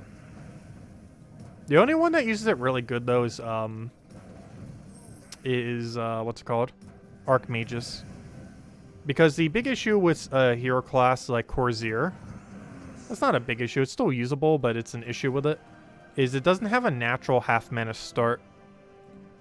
And the issue that this presents is you're using a hero class to accumulate a lot more for a specific color, but you're also gaining less mana specifically for your hero class because it doesn't have half mana start. And that's the big issue that can end up happening with the multi-links. It's one of the reasons why Priest hero class also isn't used too often, even though it effectively has a +2, +1 with another +1, which is not quite the same as +3, but still pretty decent. It's not really used, even though yellow is a pretty good color, just because it doesn't have a natural half mana start. And even if you give it a mana start, it can only go to 40%, because for whatever reason, Divines only give 40% instead of 50. Because ever since they nerfed it a long time back, they never reverted it to 50. Which I wish they would. I still find it weird why, to this day, they still have the only mana start in the entire game that's not 50% that exists is Divines, which are at 40%. They got nerfed a little while back when we only had a few of them, but they were never reverted back to 50%. Like, they can revert that back now, and it will make almost no impact on the game. Like, the meta at the time, it kind of made a little bit of sense for them to nerf it. But in the current state of the game, it makes no sense why Divines are still at 40% instead of 50%. Like, you'll probably see almost no change in the amount of Divinish Ball if it went to 50% right now.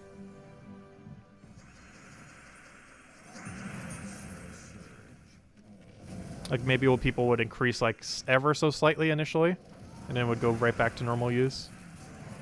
Like, it'd still be used, it just wouldn't go to anywhere near the usage where it was nerfed from. Even when it gets completely reverted. Because it did get multi-nerfed at once, too, which is another weird thing of why they even changed it. Because they did multiple nerfs to it rather than just one singular one. Because they got rid of its double enchant and a few other things as well. Or not its double enchant, I mean its cleanse. It used to cleanse all allies when casting, which was very broken. That one made a lot of sense to remove. That was super broken. Because on top of a double enchant and a double convert, it also had a double, it had a full team cleanse. Not even a double cleanse, it's literally a full team cleanse. Theoretically, Quillen has the double cleanse, which can kind of make up for it now. So you can kind of still use the mechanic. But it used to be just a full 4x cleanse to your team, which is very broken.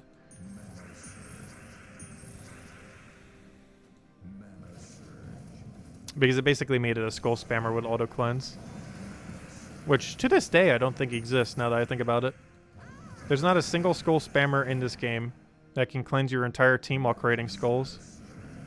You can make teams that can do that by using like what's it called with it? By using Queen Beatrix. But you can't have a single troop that does that currently. Unless I'm forgetting one. But last I recall, there's currently nothing in the game that both has a double convert skull spam while also having a cleanse. Divinish Ball used to do it until it got nerfed. Though it made a lot of sense why it was nerfed. Because that is pretty broken. It's still possible to make a team like that, however you have to invest like so many team slots into it. Because you need the Beatrix for the cleanse, you need to still have your hero, you need to still have the other thing. Like by the time you build this team you have like one flex room spot. Whereas before you could do it all in one single troop.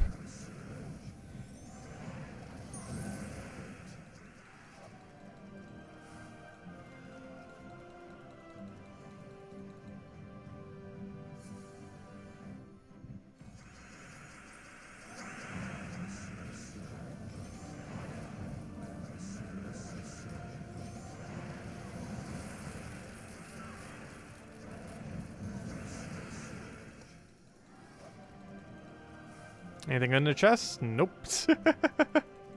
Just more disappointment to go with the other disappointment. Eventually we'll get something. It's only a matter of time. Oh, wait. Oi, oi, oi, oi, oi, oi, oi.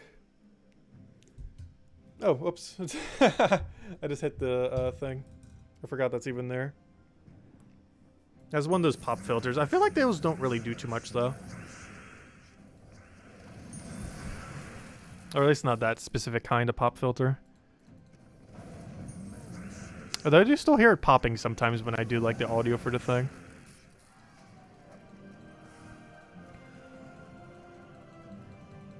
But last I recall, that pop filter does like almost nothing. Because I've used one of them like that in the past, and they do almost nothing. I do eventually want to change my mic setup. Not the arm or anything, that's actually working out really well. But the, specifically the mic itself. Because I actually haven't gotten a new mic since this channel started. I mean to at some point, still need to look around. Then I'm considering getting a really good keyboard. I've just been kind of researching like keyboard types.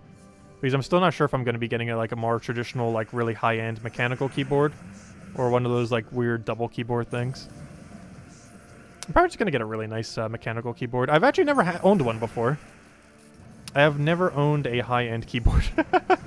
Mostly because I could never really justify the cost. But I'm considering it for the channel. Because my current keyboard setup is awful. And I'll still be able to use the cheaper one for the other computer then. We'll change the one that we use for our main laptop to the much better one. The biggest issue I have with my layout right now is more so desk space. More so than anything.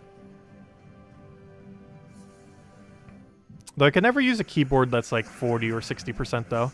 I would still need like a full like 100% or 80% keyboard. Like some of them do like a lot less keys, but are a lot more compact. Which for how much space I have would kind of work, but they're so much weirder to type on. Because your arms are like so like swooshed together sometimes when you're typing on them.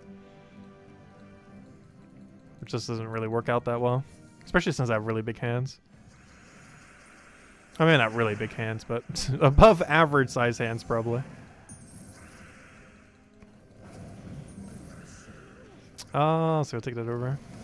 But I can still use JoeConnors pretty nicely, though. So I guess it's not too big.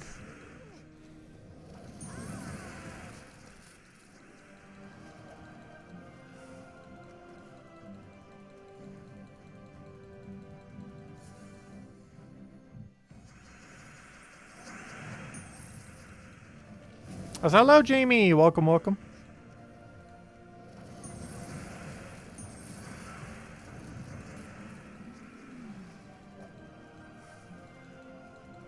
Who knows? Maybe something will be on sale for St. Patrick's Day. Don't some companies do St. Patrick's Day sales to try to capitalize on literally any single holiday that can ever exist? Actually, isn't St. Patrick's Day this week? I actually forget the date. I know we're having a Vault event because of it. Or at least that's why they say. But I think it's just because they wanted to cancel Guild Wars because it's probably still broken slightly. And they haven't had time to fully fix it. So they're hiding it under the rug of a thing. But who knows? But then again, maybe not, because we have another Guild Wars in like 2 weeks from now. If it was like a month or two from now, it's like, oh yeah, they definitely canceled Guild War for that. But it's actually recent enough that maybe they are just doing it for the holidays.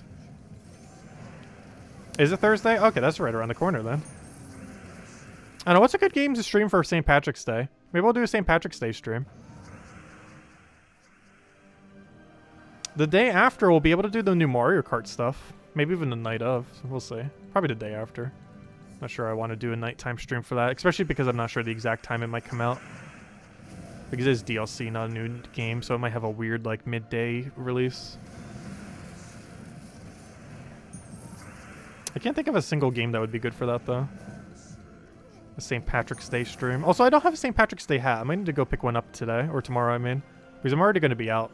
So if I can end up finding one. The only problem with most St. Patrick's Day hats is they have that green glitter on them, and I do not want any of them to have that green glitter. Because that's so annoying to clean up. If I can find one while I'm out, I might try to see if I can get a nice little green St. Patrick's Day hat that does not have a billion glitters on it. Oh, there's only one problem with that, though. I have a green screen. Oh, wait. Hold up. Maybe that's not happening. There's a green problem with that green hat. I wonder if there's a white St. Patrick's Day hat. Yellow? I don't know. Yellow wouldn't really work either now that I think about it. Because my green screen set up in a slightly weird way where even green would green screen. I mean, yellow would kind of green screen on it. Had the invisible hat. Yeah, I'll just wear a hat. Like, you might not even know I'm wearing a hat tomorrow. It's just invisible. Maybe I am. Maybe I'm not. You'll never know.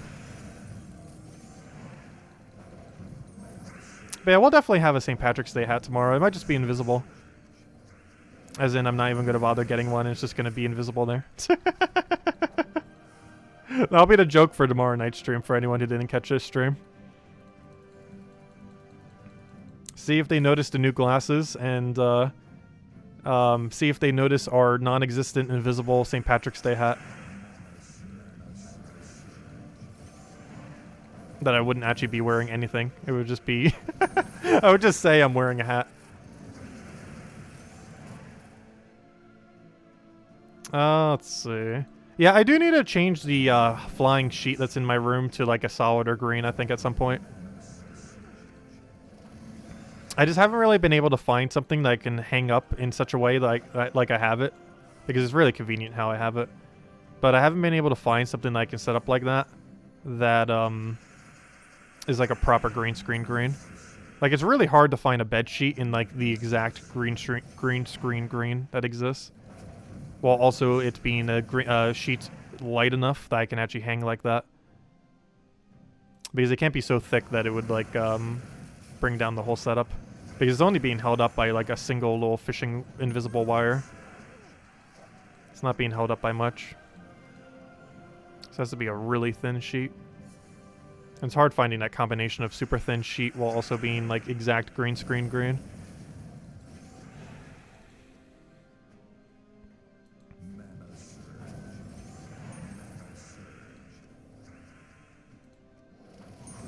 Could always try blue screening if nothing else. I'm not sure exactly how blue screening works though. Also, I love wearing blue, so that'd probably be a really bad idea.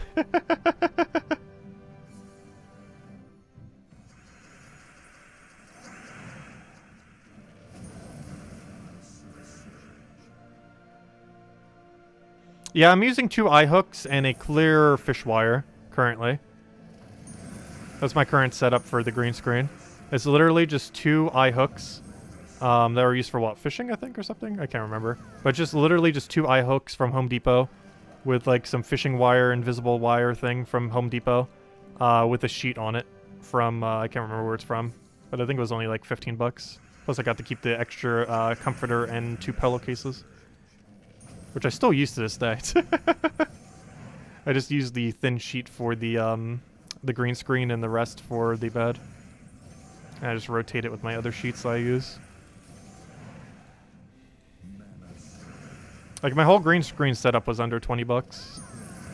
Or maybe a little over after tax and everything. But it was basically 20 bucks to 25 bucks for a green screen setup. It's really convenient because I can just move it to one side of the room and then it's out of the way for when I'm not using it. Because as soon as I end the stream, I just drag it to one side of the room and it's like, oh, I have an open concept room now. And when I don't, it just like divides the office area from the bedroom area, which is also kind of convenient.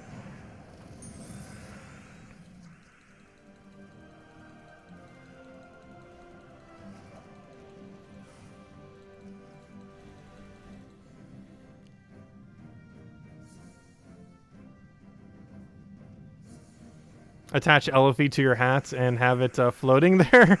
That would be kind of funny.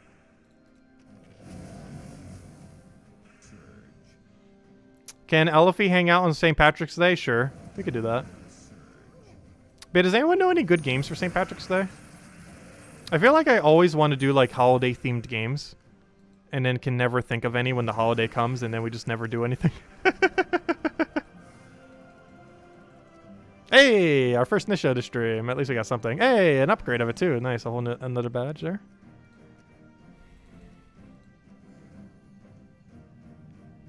I think it can't even think of any games doing St. Patrick's Day events, let alone an entire game themed around it.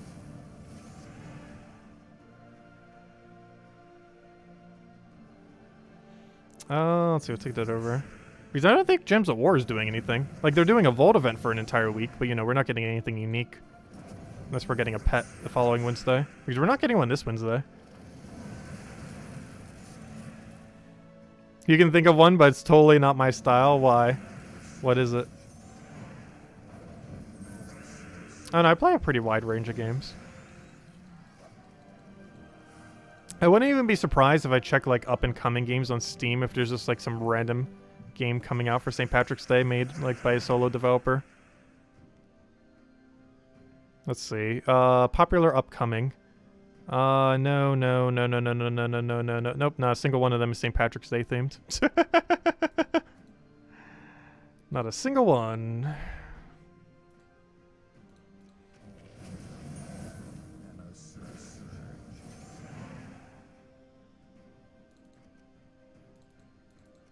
Let's see, we'll take that over.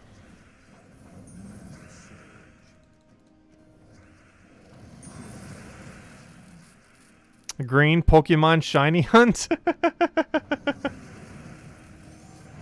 Yeah, I didn't actually get around to doing the Pokemon stream this week. I think next weekend might be our final completionist stream of it too. Or at least as far as I'm realistically going to complete the game without going insane. Because we're going to have 100% Solitude completed, 100% Perfect X completed. We're going to have like nearly every shiny in the game except for like a dozen or two. And those dozen or two are going to take so long that there's no way I'm actually going to farm them. Pretty sure there's some people super dedicated to Pokemon who would bother to do that. But we're talking like literal thousands of hours just to get like a dozen of them. For the hardest dozen.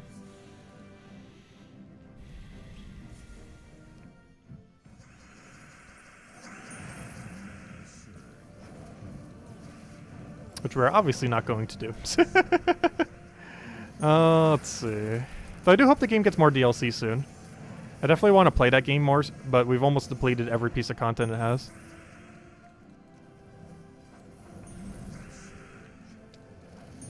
It definitely has to have something happen to it before they release next generation. Because they wouldn't do it after. Walmart sells green screens for $10. How good are they, though?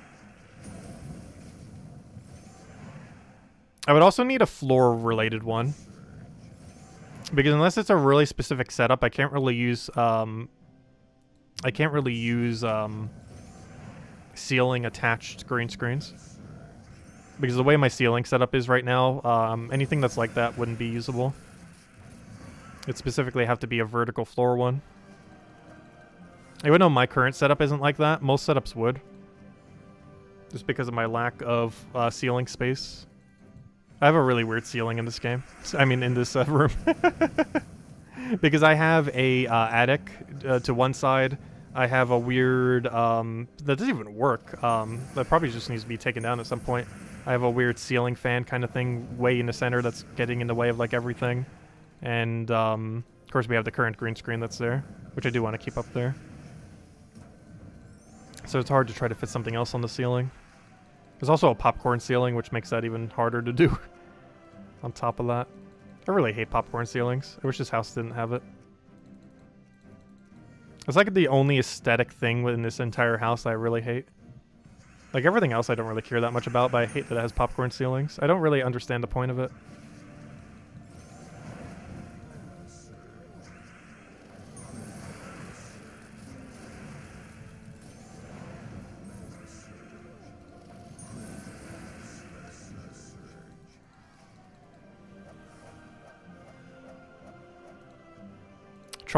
Chocolate makes you happy St. Patrick's Day? That sounds pretty funny.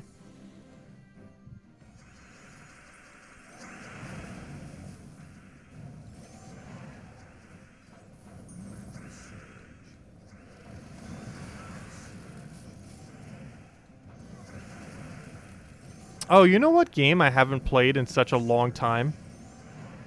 That I've actually never streamed on this channel. Because of before this channel even existed. I have not played it in like forever and a half though. It's basically like Fall Guys in 2D. and I'm pretty sure they would have a St. Patrick's Day event going on. It's Transform Mice.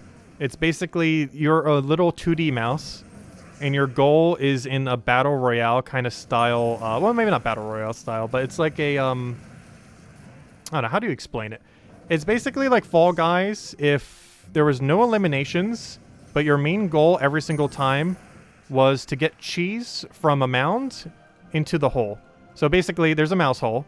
You have to go get the cheese into that mouse hole, but you have to also go get the cheese from the location on the map. But it has like a bunch of quirky things on the map that just make it really hard to do so. And it's basically Fall Guys if it was 2D and less competitive. But you can still try fighting the other ones. It's kind of funny. I haven't played that game in like 8 years. It has been so long. The game's still alive though. Which I think there might almost be more people playing it than Gems of War right now, which is kind of funny. Or maybe not, I don't know. Let me see. I haven't kept up with that game in like forever. I almost forgot that game even existed. Pretty sure it's been at least like 7-8 years since I've even looked at it properly. Assuming they even have servers going, I assume so. They have enough player base to probably still do it. Let's see, transfer. Yeah, it's still. Oh, it's free as well. Has it always been free? Oh, it is free now. If it wasn't always free. Let's see. Yeah, it's been like 7 years since I played it. It has 1,000 people playing on Steam. So hey, it has less people playing it than Gems of War. I know it used to have more, but it looks like it has lost most of its player base. Which kind of makes sense, because I'm pretty sure Fall Guys took a lot of its player base. I would not be surprised. Because Fall Guys is basically better Transform Mice. But Transform Mice has a lot of gimmicks that are still pretty interesting. But it's a really outdated 2D kind of aesthetic kind of thing for it. It's still a pretty cute game. That if we were just to play it really quickly for like a St. Patrick's Day kind of thing, wouldn't hurt. Buy up like all the cosmetics that are St. Patrick's Day related. I'm not sure how quick you can get cosmetics in the game these days.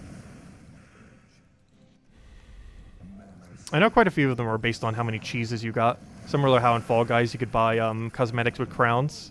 The same gimmick was in the other game, where the more cheese you collected, the more cosmetics you could get.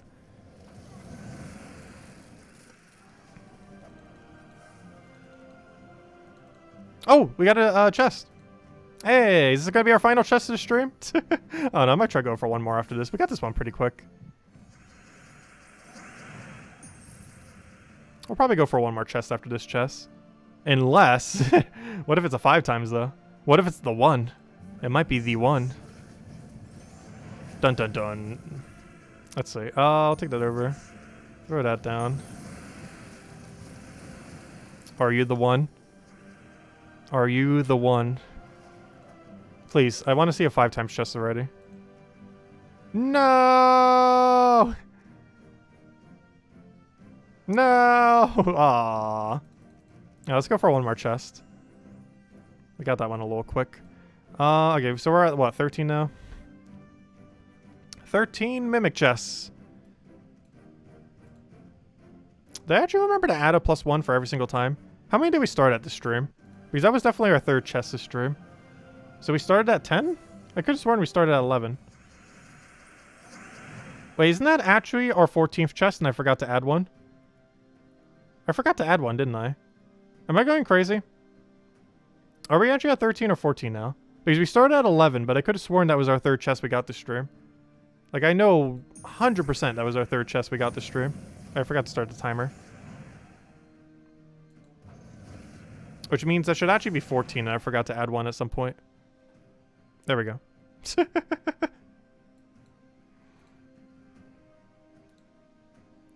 Because I think I handed out the code but forgot to do the other thing.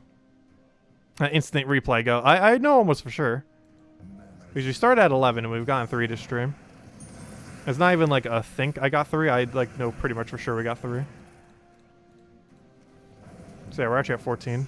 I forgot to add one because I handed out the code, but then forgot to add a +1 to the counter.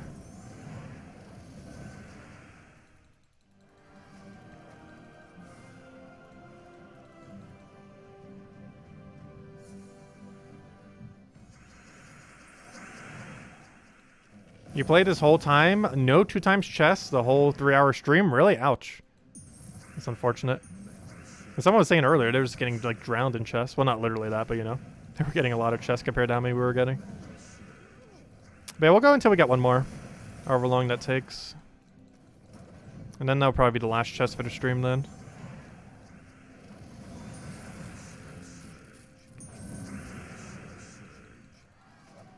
And then we'll get everything recorded for tomorrow. And then we'll go sleep. And then we'll be back tomorrow night. With new glasses, maybe a hat, and a bunch of other things I need to pick up tomorrow. Also probably getting some food shopping done tomorrow as well. Pretty much everything I would ever possibly need to do while I'm out, I'll be getting done. Need to go to the bank, need to check the medical thing, need to get our glasses. Probably pick up the St. Patrick's Day hat if I could find one that's... oh no, we'll see on that one. No promises. Because we might just go with an invisible hat instead of actually having an invisible hat. Like, instead of having an actual invisible hat, we might just have literally no hat and just call it a hat. Who would know? It's invisible. It's going to be completely green screened.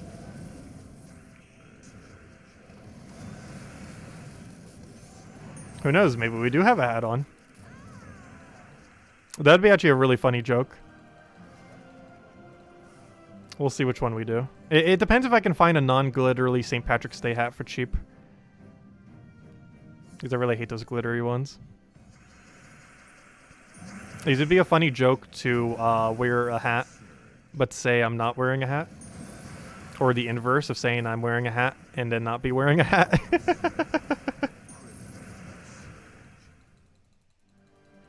Because you wouldn't know because it's invisible. Although you kind of know, because if I was actually wearing it, like some of my hair would be like slightly obscured. My head shape would probably look weird because some of it would be the green screened from the hat.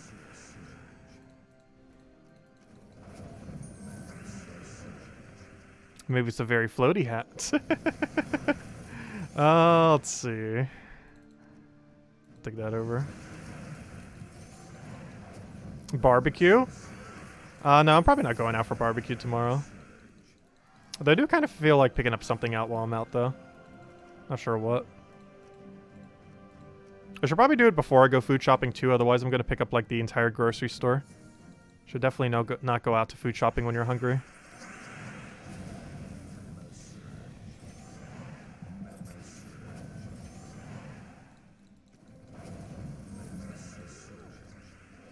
I'm not sure what I'll be hungry for tomorrow. I'll just pick something up while I'm out. I have to do it before I go grocery shopping, though. Like, grocery shopping was already going to have to be last anyways, just to make sure nothing spoils while doing everything else. So it's already going to be the last thing on the list.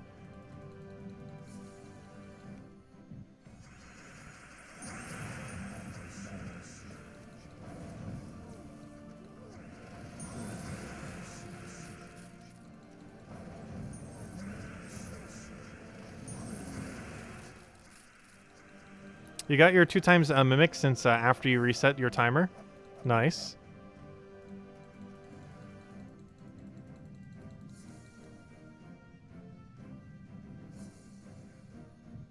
Alright, let me go check the poll numbers.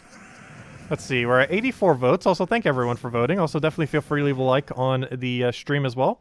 Helps out even more than the vote. Though I always love getting your guys' feedback. Always greatly appreciated. Let's see. So, have you tried and or gave up on, or haven't you tried or have given up on getting a mimic? 23%. Have you found a 2x mimic? 38%. Have you found 5 of them, or the 5x one? 30%. Which is actually a pretty high number. Am I just in the unlucky crowd now? Well, theoretically, I'm still in the majority, but of people who only found 2x. But yeah, the 5x is actually pretty close. It's only several % off. And the people who have actually found the mimic is at 10%. Though it just moved to 9% because someone else voted for something else. Let's just say 10%, which means that means about 8 people. Around 8 people have found it from this stream. That's not a lot of people. That is a pretty rare drop then. Actually, what's the achievement at? Is it still at like 0.1%? I would assume so. Let me X out of everything. If I go check, how many people have gotten the obtained 1 mimic achievement? The new horde mimic. It is so low, it is at 0%. Oh gosh. Also, 0.1% have found 3. To such a low 0.1%, it's even lower than the other miles achievement. Interesting. But yeah, it is such a small amount of people that the achievement for it on Steam doesn't even register as 0.1%, even though some people obviously already have it by now. But it is registering as 0%. It is so few. That is funny. And you know it's updated because the other one has already went up at least to 0.1. But yeah, so few have found it, it doesn't even register it at a point, a decimal of a percent.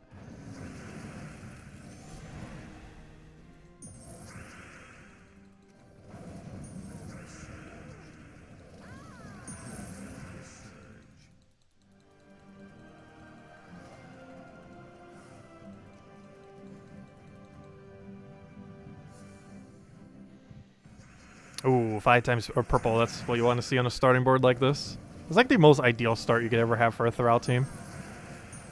It's a nice solid 5 times purple just sitting there. It's not as nice as like a 4 times 5 times or a Wayne, because then you just auto win the battle. But still great when it happens.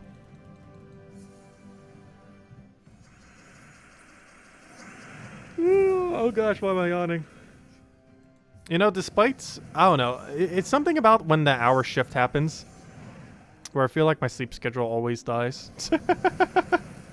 Like the entire week after that, I always feel like everything's just slightly off. Because it feels like everything's happening like 1 hour at a weirder time than it should be.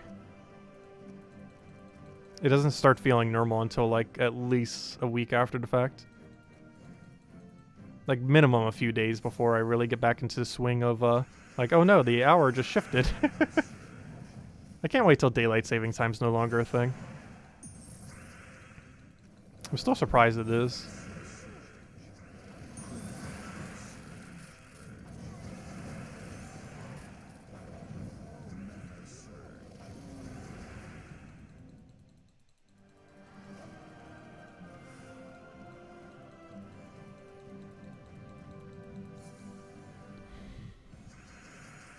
And that's the best type of shopping is hungry shopping? No. I'll buy like literally the whole store.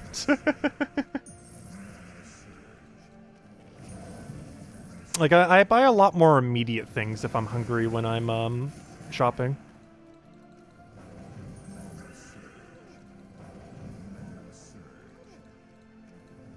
Because you know the second I get into either the car or home, like some of that's already being devoured. So I try to eat before I go out to it normally.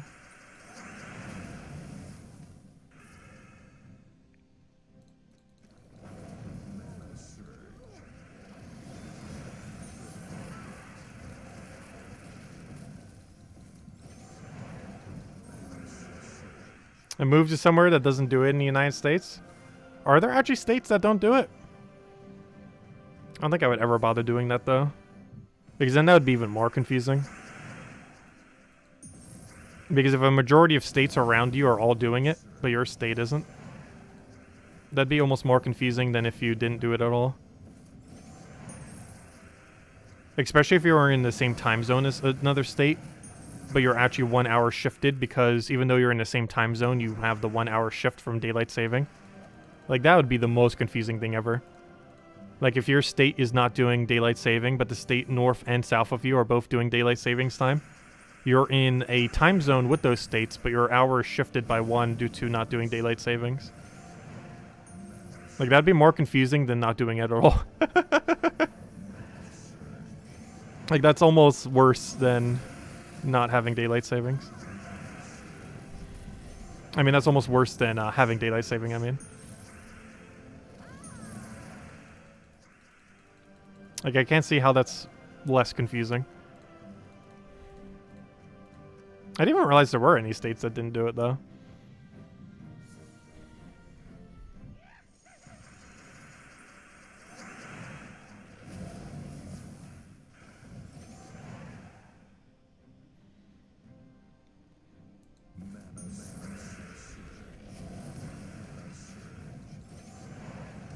Oh no. I gave it full mana. I'm not even using what's her name. And she's still getting it for mana.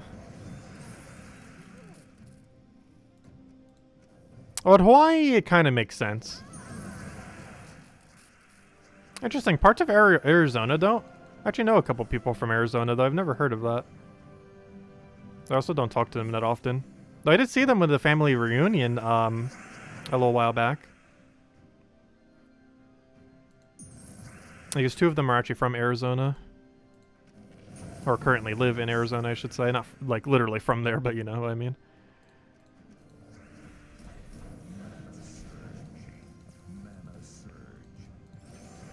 Yeah, that was back in the August trip. I currently have no trips planned this year. Not sure if I'll be keeping it that way.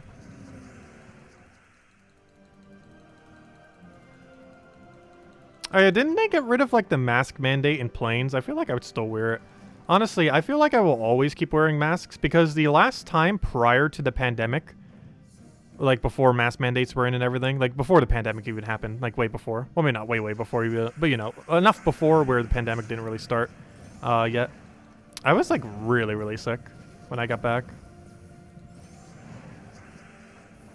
And ever since then, it's like, oh, like every time since then, it's been, you know, mandated masks. And it's like, okay, this is actually really convenient. I like never get sick on a plane again.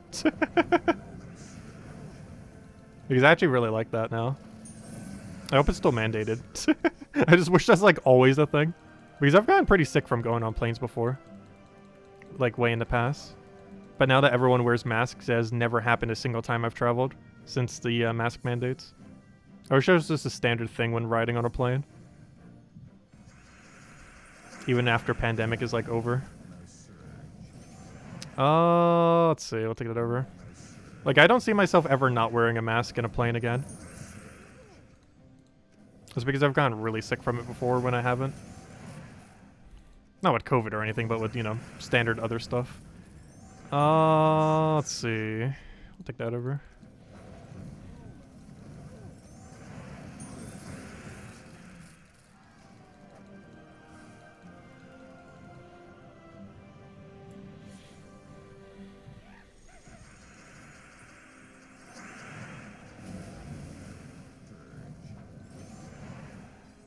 That was a weird lag.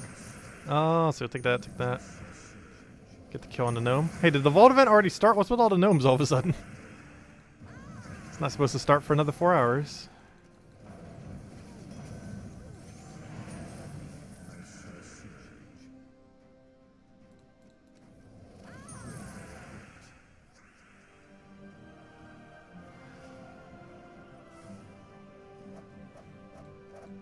Hey, 4 gem keys. Not bad. We actually even got a good drop from it as well.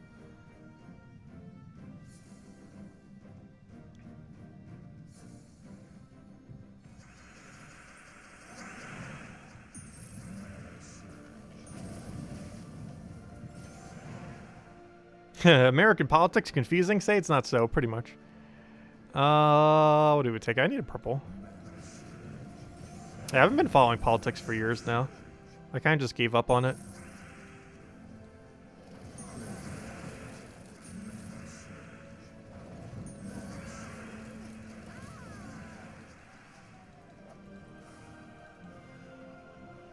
Ah, no special chest. Nothing in the chest.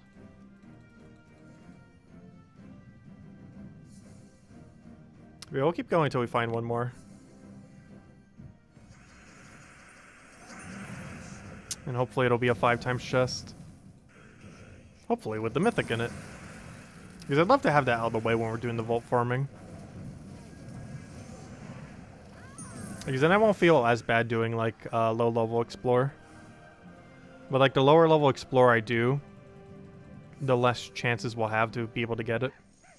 Which will make me want to do as high a level as we possibly can. Possibly even go all the way to 12, which would slow down the loot of how fast we'd be able to farm the vault event. I want to aim for an in-between or just do it on the standard low. But if we're still missing the thing, I might not want to do it that way. Which I was hoping we could maybe get it tonight, but there's a chance we don't get it tonight. There's a chance we don't get it in the next week. There's a chance we never get it. No, maybe not literally never. We're obviously going to get it at some point. But, it is definitely a rare. In the current state of the game, it's the hardest mythic to obtain. In a long-term sense, it might still be the hardest mythic in the game to get. Because you're going to need to spend a lot of time doing explore. Like, we're talking dozens upon dozens of hours. Like, compared to something like max all hero classes in the game, it's definitely easier to get this mythic than it is to do that.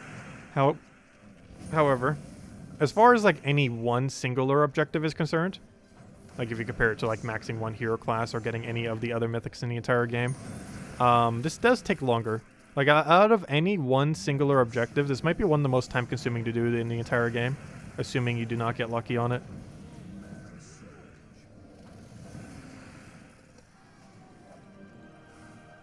Because it seems like the amount of time you have to grind is anywhere from like 30 to 60 hours of Explore 12.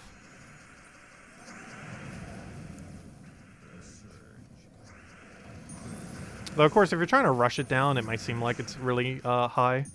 But I guess it's not too bad. Because if you think of how much Explore we normally do in a given month, like, we're almost hitting that number already, if not exceeding it. So breaking it down to trying to get it as quickly as possible makes it seem like it's a high number. But realistically, we're spending that much time normally per month or per every other month doing that much explore grinding. It's just we're trying to do it all at once rather than spreading it out.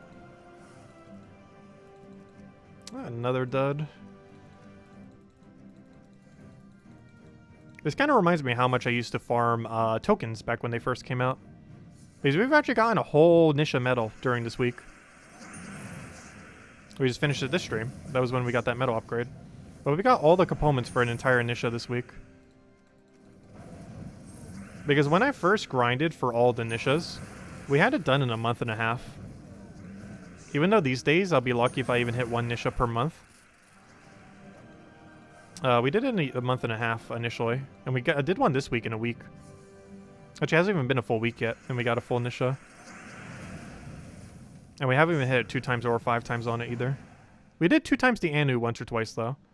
But we have not hit it on Nisha yet. Hopefully we will. Hopefully it'll be the 5 times too. Could you imagine? 10 Nisha, 5 Anus in a with a mythic. There's no way we're gonna get that lucky though. Oh, you never know. Oh, so take that over. Grab the other mess. Take a purple something here. I guess I'll just take a skull. Really don't have much of an option.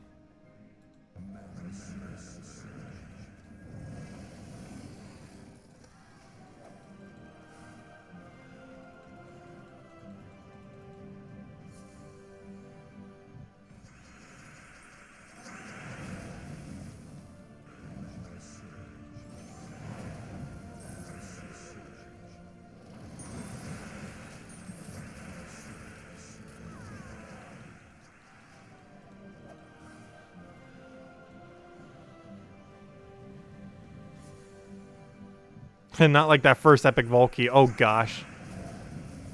Getting an epic Volkey initially was so absurdly hard. There were people that went months without an epic Volkey when it first came out. And I believe there's an achievement to actually doing opening one epic Volkey. That is substantially easier to do in the current state of the game. But when epic Volkeys were first released, they were about as elusive as, if not more elusive, than what we're trying to grind for right now. Like, they were so rare. I can't even remember how long it took me until we found our first. I'm pretty sure it was over a month.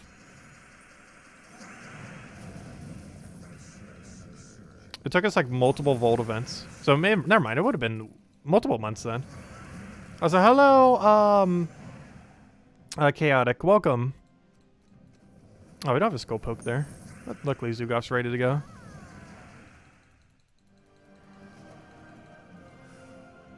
Hopefully we get our chests here. Yeah, we'll keep going until we get one more. And that'll be the 4th chest of the stream. And the final chest of the stream.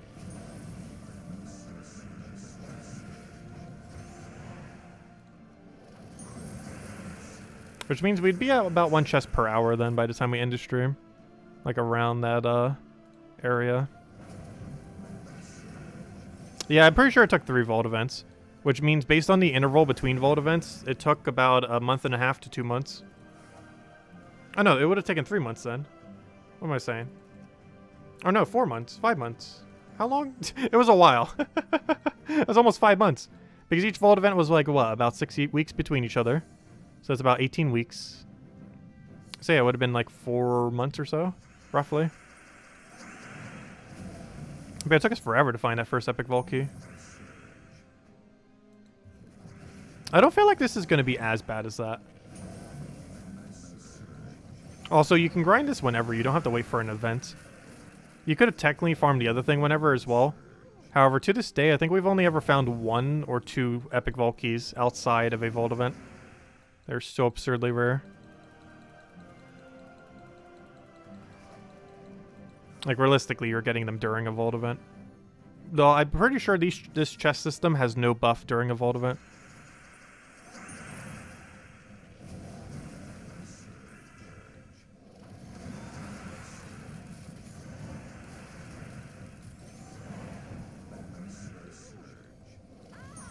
Are the mimic chests only available on the boss fight path of the Explorer? It happens when you click on the chest. So when you specifically click to claim the boss chest, then it triggers a chance to give you a 2x mimic. And then after you kill that 2x mimic, it gives you a chance to find the 5x mimic when you claim that chest. And then there's no chest beyond that. But it triggers when you specifically take the chest from the battle.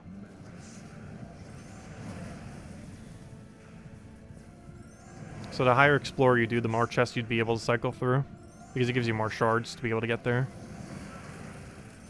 However, it can be done on any Explorer level. But the higher the better.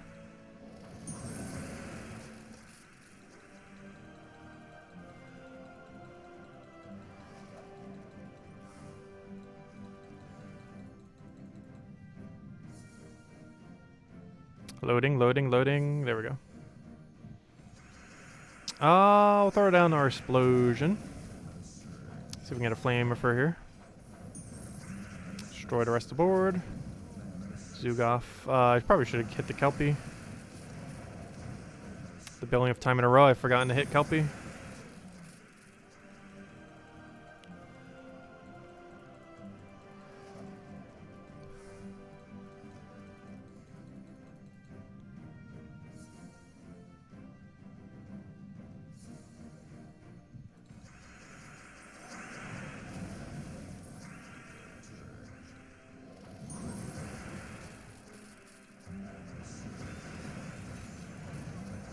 Luckily, you can deny every option on the board, so we can just poke him twice, and we're good to go. Alright, here's the one. Here's our 5x. Let's hope. First, we need to get it 2x. Before we even have a chance.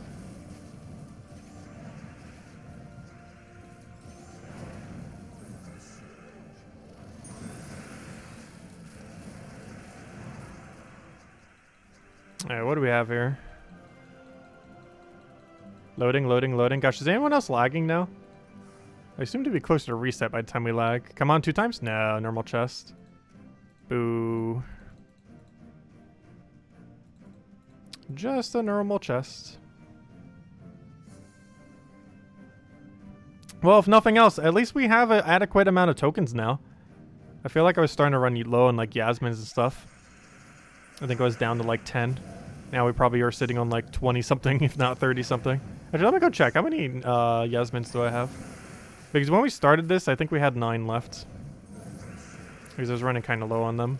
Because I was using them for upgrading rares and ultra rares. Because when you need to upgrade a lot of lower level stuff, use it for commons, use it for rares. Actually, you don't need it for any ultra rares. But you do need it for commons and rares, which are the 2 lowest ones you would need to upgrade. So they tend to get consumed pretty quickly when you do that.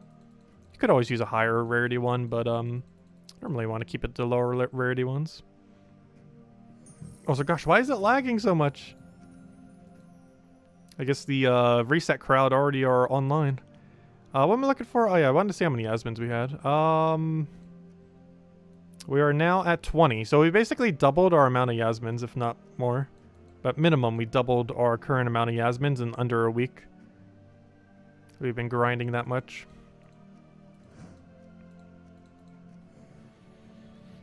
Though in all fairness, I had a pretty low number, but still.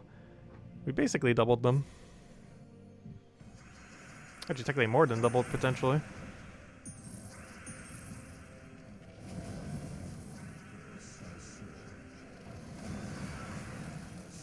When's the gnome event going to start? In 3.5 hours from now.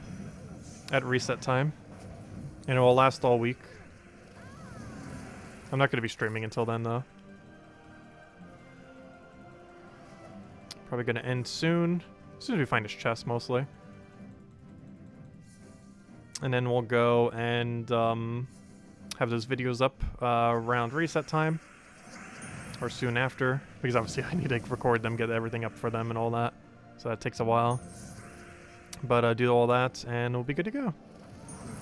And then I will sleep. And we'll be back tomorrow night.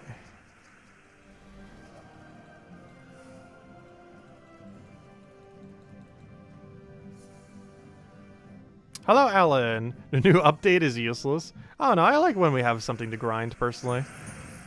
I wish the update would have done a little more than what it did. But, oh no, I always like having another objective to grind.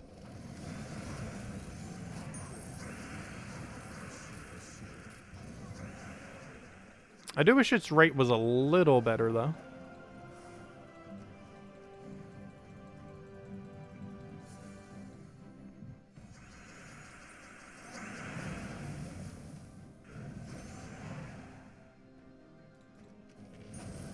I don't know, we don't play the game that much these days. I feel like on average I play it for, I want to say 15 hours a week.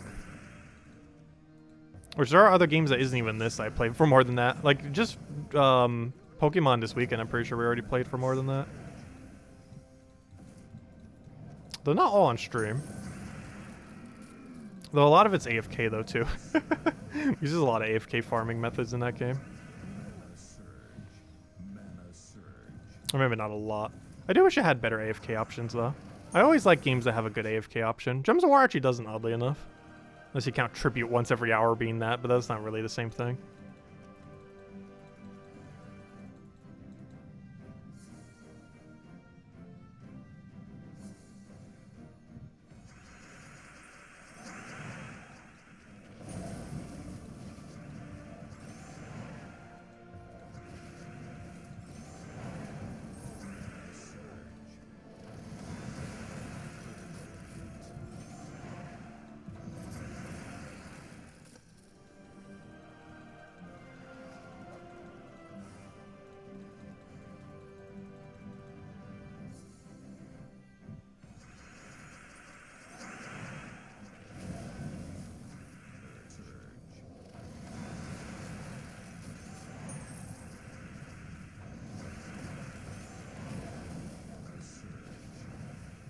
Oh, yeah, we'll take a Scolder. It'll be good to go.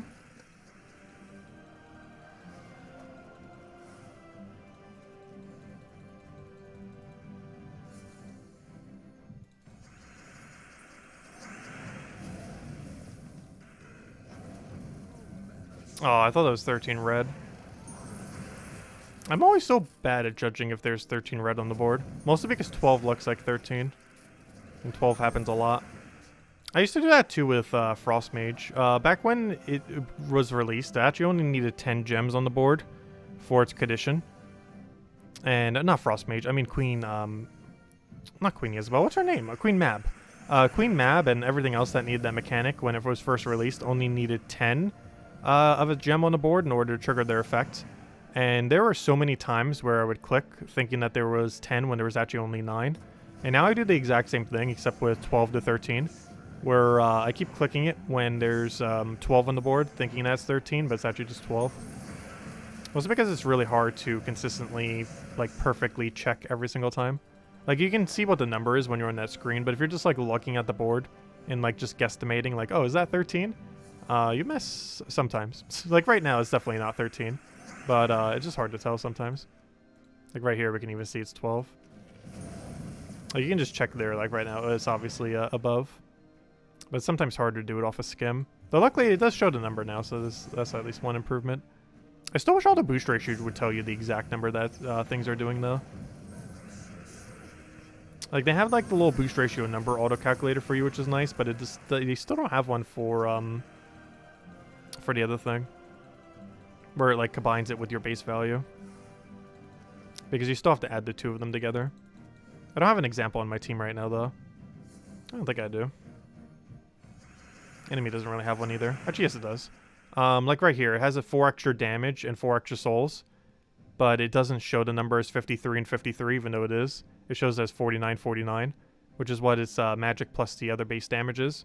Because it's showing its magic, which is 47. The base damage is 2 for both of those, which is showing, but it's not showing the extra 4. Because if it was to actually cast, it's doing 53, 53. It is not doing 49, 49. But it doesn't actually show the boost ratio added into your ability. I think that would clarify a lot of confusion with boost ratios as well. Because the clarity on it's not super high on some options. And that would make it very evident. That could start causing an inverse issue though, where it becomes harder to distinguish what the boost ratio, the base value, and the magic value difference is.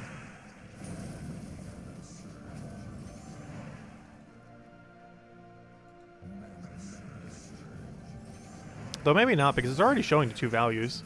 Because it would still show you the boost ratio number, and it would still show you the magic number. The only thing that wouldn't be shown is the base value.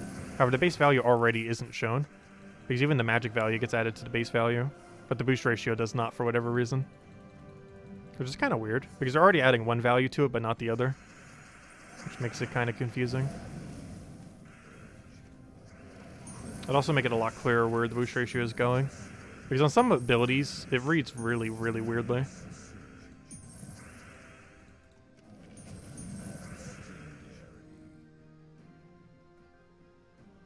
Hey, you feel like they started the Vault event early? I know, it definitely feels like it started early.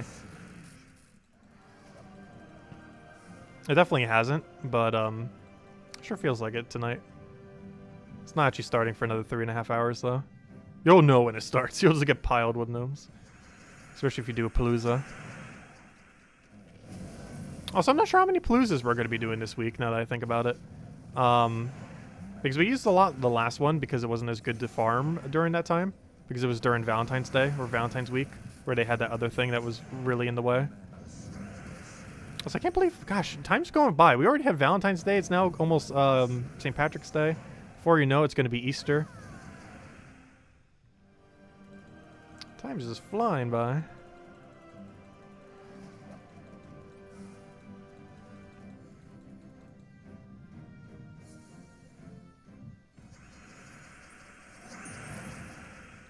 I'll take Destroy there.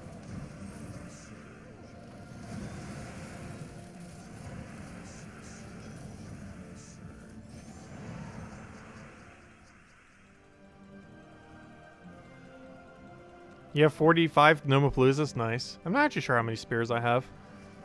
I want to say 20 or 30 something, though. I'm actually not sure what my number is. We currently have... That's not here, check. I currently have 33. Bottlenecked by verse 2, of course. Somehow verse 4 was my lowest. That is now my highest. Also, it's only like a 43 gap between my highest and lowest. But I currently have 33 Paloozas ready to go. So that's like a solid 30 spare. Well, it depends how many I want to keep as spares. But definitely at least 20 that we can end up throwing down, so... We'll definitely have quite a few to do throughout the week, that's for sure. Anyways, let's keep going. Let's keep it going.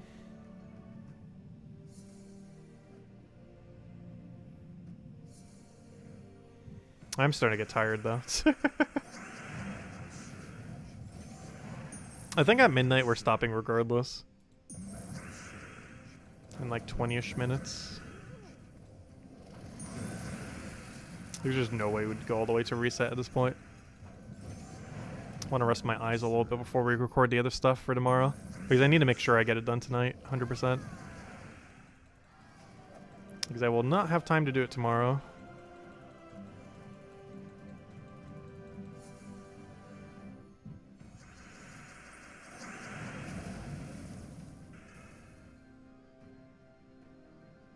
Gosh, this board's bad. We'll stick that for now. Throw down the flame first. Get a nice Zook off on you.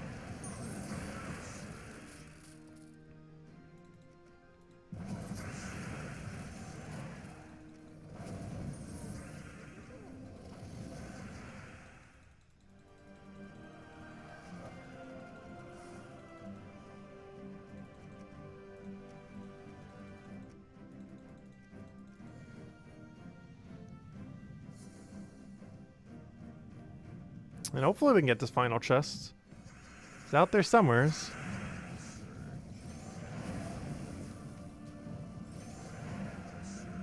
Power orb from bounty? Nice, congrats. Yeah, anyone who's still trying to finish up bounty, you still got 3 hours left, 3.5. That's literally enough time to do the entirety of bounty if you haven't started. There's still enough time to do the entire thing. But congrats, very nice drop.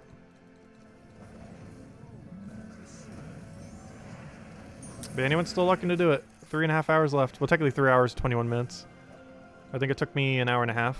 And the average, based on our poll, seems to be around an hour and a half to 3 hours on average. So it's definitely doable within that time.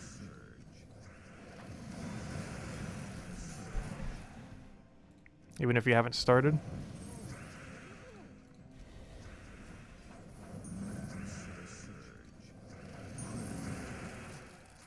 Which reminds me, we did finish it, right? I'm pretty sure we did. We did it just for all rewards, which is normally how far you go with bounty. Unless you're just doing free battles. Well, let's check everything. World event is done. Although I'm pretty sure I contributed almost nothing to my guild this time around. But it is indeed done. And then the only other thing we had going on this weekend was Bounty Hunter. Which we definitely did. We did it to all rewards. Yep, there we go. And it took tier 5 to get there. Tier 5 and an upgrade to troop. Once is that legendary to mythic. And then you get a mythic troop plus everything you need to get the event done. Cost 710 gems, but you get quite a bit of loot back. Yeah, congratulations, Scott. Second power orb ever? Nice. Well, soon you'll be able to go get Zugaf then. You're getting there. There's a week-long vault event. If you grind hard enough, you can literally get a Zugaf in a single week. Which I wonder if anyone's going to do that, the Zugaf challenge. I'm definitely not. Though that would be kind of funny. If someone tries to go from no Zugaf, or, you know, like, get all the resources for Zugaf in a single week. Like, it's actually legitimately possible with a week-long vault event. I would not advise doing such a thing because we're talking a very high amount of time. But it is technically possible within a week-long vault event. I think it would take upwards of 50 hours, though, if not more. So you'd have to, like, really grind the event. Which I'm pretty sure most people aren't grinding it that much. But you may want to ask that tomorrow night's poll. How long do you think you're going to grind the vault event for? That might be tomorrow night's poll. That or what you think of the new mythic. Because we're going to be going over the new mythic primarily tomorrow. So maybe I'll poll it on Tuesday then. Because tomorrow night's stream is mostly going to be two things. All the chapter 10 tasks and messing with the new mythic a little bit more. Which we already did last Monday as well, but a lot more people are getting it this Monday. We covered a video for it the other day as well.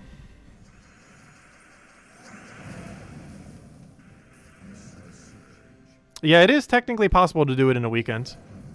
You'd have to grind a lot, though. But it is possible. With enough luck and enough grind, it is doable. Realistically, I would advise doing it over the course of multiple vault weekends. However, theoretically, a week-long vault event is like 2.5 vault weekends.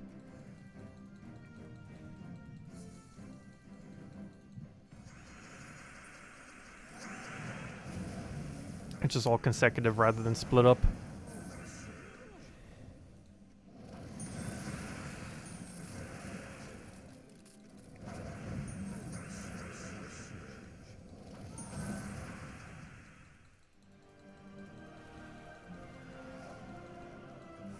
Let's see, anything good in here?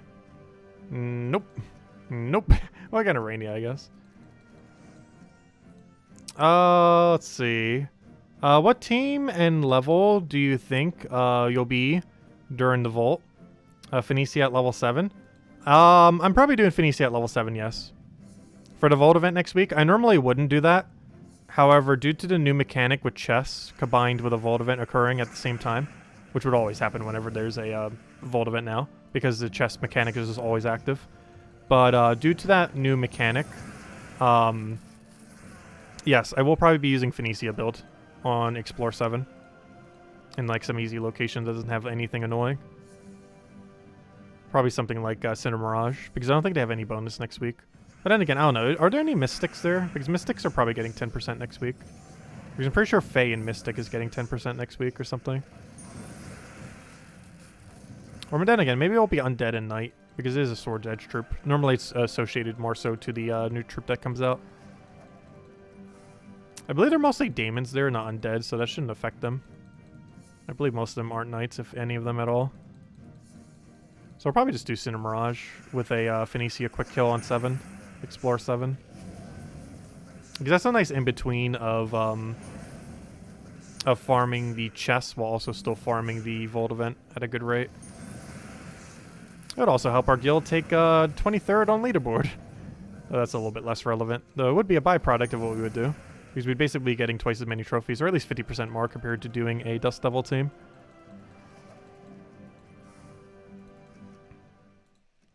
Let's see, what's our gap? We were like 1,200 gapped earlier, 1,300. I'm not sure if it's getting wider or closing. It is closing. Interesting. We're actually now only 300 away. At the beginning of the stream, we were 1,300 away. And now we're just 300 away. Interesting. Oh, we'll be fighting them next week, I guess. Not too big a deal if we do or do not pass them. Oh, I did not mean to click. Whoops. But, interesting. People in my guild seem to be grinding right now. That or people in Black Dragon are not grinding. One or the other. Also, I just realized both our both our guilds have the name Dragon in it. Didn't even notice that. I'm not sure if they're going down or we're going up. Even though we're like moving up compared to them right now, I'm not sure if it's us passing them or they already passed us and we're repassing them. I'm actually not sure. Regardless, we're about to pass them. I just like staying in top 25 though. I don't really care if we move too much further up though. But if we have an opportunity to, we might as well. Yeah, I like doing these late night streams. If there's something worthwhile to grind for in the game, I would normally do them. It's just when they have the normal amount of content on a given week, I tend to not do too many late night streams for Gems of War. Just because there's not as much to really do. But when they have stuff like this, I don't mind doing it. I just like playing Gems of War more so in like quick bursts rather than multiple hours, unless there's like some really big objective we want to go for. Which obviously we have a really big objective to go for now, which is the new Mimic. Because a lot of the times, like for Vault events, like those aren't normally enough for me to like super grind anymore. Because we already have so much loot where I don't feel like we're really progressing much when we do that. But when we get like a new troop like this new Mimic to try to hunt for, I feel like we are progressing towards it. Whereas if I was to spend like a bunch of time doing a Vault event, like we're still getting a lot of loot. And theoretically progressing probably even more than what we're even doing right now. Hey, we got Nanu. But, I don't know, it's just not the same. Compared to having like an actual troop objective or something similar. Like some kind of unique drop to actually hunt for. It's probably why I like shiny hunting so much in Pokemon game as well. Because you're getting something like actually unique and kind of cool for your efforts. Rather than just more resources. And that's kind of the same case for trying to get this Mimic here. Because if we were just farming Vault event for just resources, it wouldn't feel the same as if we were farming for like this new Mimic. Which I'm kind of glad we almost don't have this Mimic yet. Because now I'm going to keep to want to hunt for it until we have it. Whereas if it was just a standard Vault event, I wouldn't feel as inclined to like power grind. But a Vault event that also has a Mimic we still need, that will grind quite a bit more. Let's see. I'll take that over.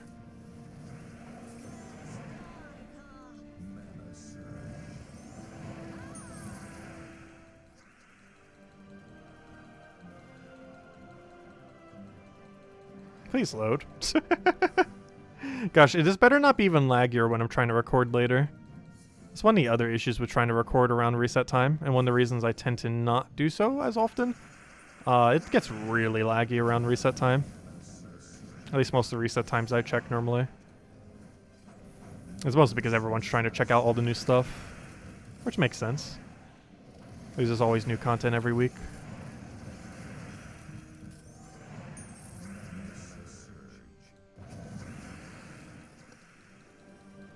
The Hunt of Red October. Mimic and hopefully doesn't take till October. Oh gosh, it better not take that long. No, we're going to have this Mimic within, I want to say by the end of this month. Like, I don't foresee us not having this Mimic by the end of this month. Ideally earlier than that. But this month is how many days long? 31. Which means we have a solid 2.5 weeks. I feel like we can do it in that time.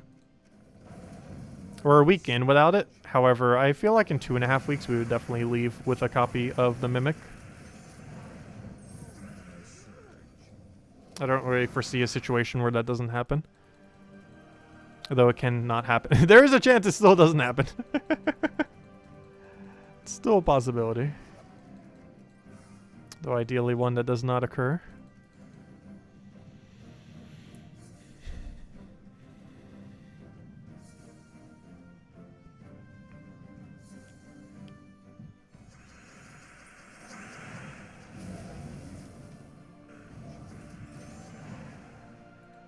Do I have a YouTube video showing a good team for what? Explorer? I'm actually going to be covering one tonight. Oh, for all delves? I've been meaning to cover one since they added all delves. I have not actually done one yet. I've been meaning to cover several videos going over everything related to delves. Doing one individually for each one. I covered them in the Monday video going over each thing. But I haven't done like a master video for every single delve. Like here are all the pure faction teams, then another one doing here are all like the standard teams for different color combinations and all that. I need to though. It requires a lot of team slots though. Because like a 35 pure faction one would require 35 team slots. I would have to figure out a way to organize it for the video. Because that's a lot of teams. It'd be the most teams I actually shown in any one video. Because I don't think I've ever done a video where I've shown more than 20 teams. But like an all pure faction team at minimum would require 35 teams.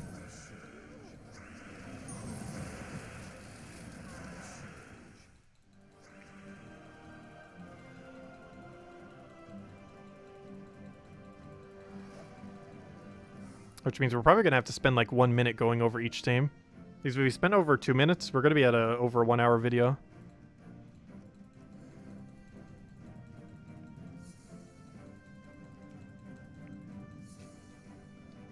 I'd probably cover them in alphabetical order as well. Which I'm not sure what order I would actually do them in. Probably alphabetical. It'll probably make the most amount of sense. Because it would be the quickest order to reference quickly.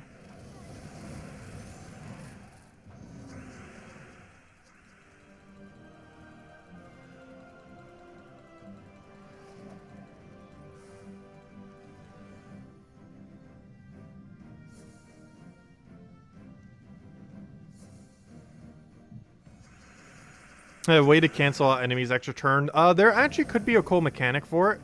They currently have some troops that when an enemy casts, they do an ability onto them, like stun and other similar things. There's currently none that does freeze. I really wish they would add one. Like a troop that when an enemy casts, it freezes a random enemy. That'd be such a good troop. I've been wanting it ever since they added the mechanic. I believe it only exists for stun and one other mechanic. I can't remember what the other one is off the top of my head. But they don't really exist much, but it would be really cool once they finally come in. Because then we'd have stun, we'd have freeze, maybe we'll get a curse option for it. Meaning that any of those effects would work. Silence would be a kind of interesting one too. Every time you cast, a random enemy gets silence. Or every time the enemy casts, a random enemy gets silence. Would be a pretty fun mechanic. They could even do it for mana drain or something. Mana drain might be a little annoying though. Like mana drain a random enemy when you... Or mana drain a random enemy when the enemy casts a spell. But I don't know, we'll see what else they expanded on in the future. I definitely hope they bring it to other mechanics though. There's so many good ones they could do. They've been putting on somewhat useless ones, so the stun one was okay. Though the stun one doesn't do anything too immediate. Because normally on your active offensive turn, you're very rarely using your traits. Like, not at all, but like less so than on your defending turn. In most situations. So actively getting stunned like that doesn't do as much compared to like a freeze or silence or something. Because those prevent mana looping a lot more. I also mentioned, they did mention they're going to be adding more troops to every single faction into the future. I'm not sure when that's happening because that still has not happened yet. But be interesting to see how that pans out, like what kind of mechanics they might bring in. Hopefully some good ones. Because my only concern with that is they're going to be like too generic-y, because ideally the new troops they come in will do two things. They'll be interesting mechanics, but more importantly, they'll also be helpful for pure faction. So anyone who hasn't already done pure faction will have a better time doing it. Because if they're adding around 2 more troops to every faction, that's a lot more diversity that you could do per team compared to what would have been previously available.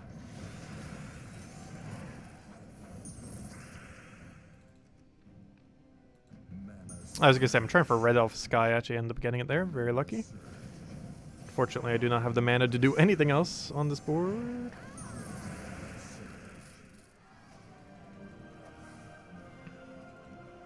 Now what's in the chest? Yes! Finally! We got it! Oh, this is the one. Okay, final chest of the stream. If this is a 5 times, we hand out a code. If it's a mythic, we hand out 2 codes. Is this how we end the stream? Did we finally get it? Is this the one? We won't know until we go through this battle and then through the other battle. Assuming there is another battle. Please be another battle. This might be the one. That'd be insane. It knows it's the final chest. Is it going to either be an Anu chest or the one? The one with the 5 times in the mythic. It's probably just going to be an Anu chest, though. It knows it's the final chest of stream, so just prepping our double Anu again. Which is the exact way we ended last night's stream. Please be a 5 times. No! Please be an Anu. Oh, better. Oh, that's even better. Okay, we missed the Anu, but we got double Nisha. Our first double Nisha. I'll take it. That's pretty solid. Okay, we missed, but we also hit. We hit very well. But we also missed the other thing we wanted.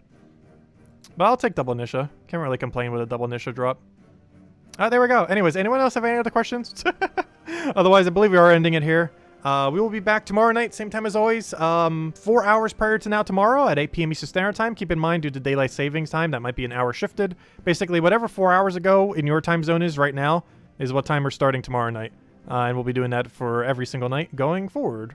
Which might be an hour shift if you have daylight saving that did not occur. Because I don't know exactly how it works everywhere. But whatever is 4 hours prior to exactly right now every night is the time we will normally be streaming going forward. Which is the same time we have been, but might be an hour off based on daylight savings. But, yeah, there we go. That's not too bad. But yeah, we'll mostly be doing the Chapter 10 tasks tomorrow, as well as messing with the Mythic a little bit more. We did that last Monday as well, but we'll be doing it again this Monday. And mostly just finishing out all the tasks and doing that. And then the rest of the week, we'll have a Vault event trying to grind out while trying to get the chest. Unfortunately, we did not get the Mimic, but hey, if we keep getting good drops like this along the way, it's still pretty nice. Oh yeah, we're also at 15. Let me go make sure I actually mark it. Otherwise, I will forget. There we go, 15 chests. So we did pretty good tonight. Pretty decent haul, though it could have been better. But I'll take it. Anyways, guys, we'll also have 2 videos up tomorrow. One will be the standard weekly video that goes over all the teams and Soulforge and all that good stuff, as well as some stuff with 6.2. It's just going to kind of be a master video going over almost everything. And then we're going to have one other separate video just going over some teams that you could be using to farm the Vault event, which also means teams that you can use to farm the new patch. They're mostly the standard teams we've already been using, with like a few exceptions, like showing Tesla and stuff for cheaper options. But yeah, we'll mostly just be doing that. So we'll have that video going up, and then the weekly video going over everything. So basically everything you need to farm the Vault event that's going to be going all week this week, as well as the standard video. And we'll have that go up soon, or when we can. It'll probably be a little bit after reset when both of those end up going up. But I'll catch you guys then.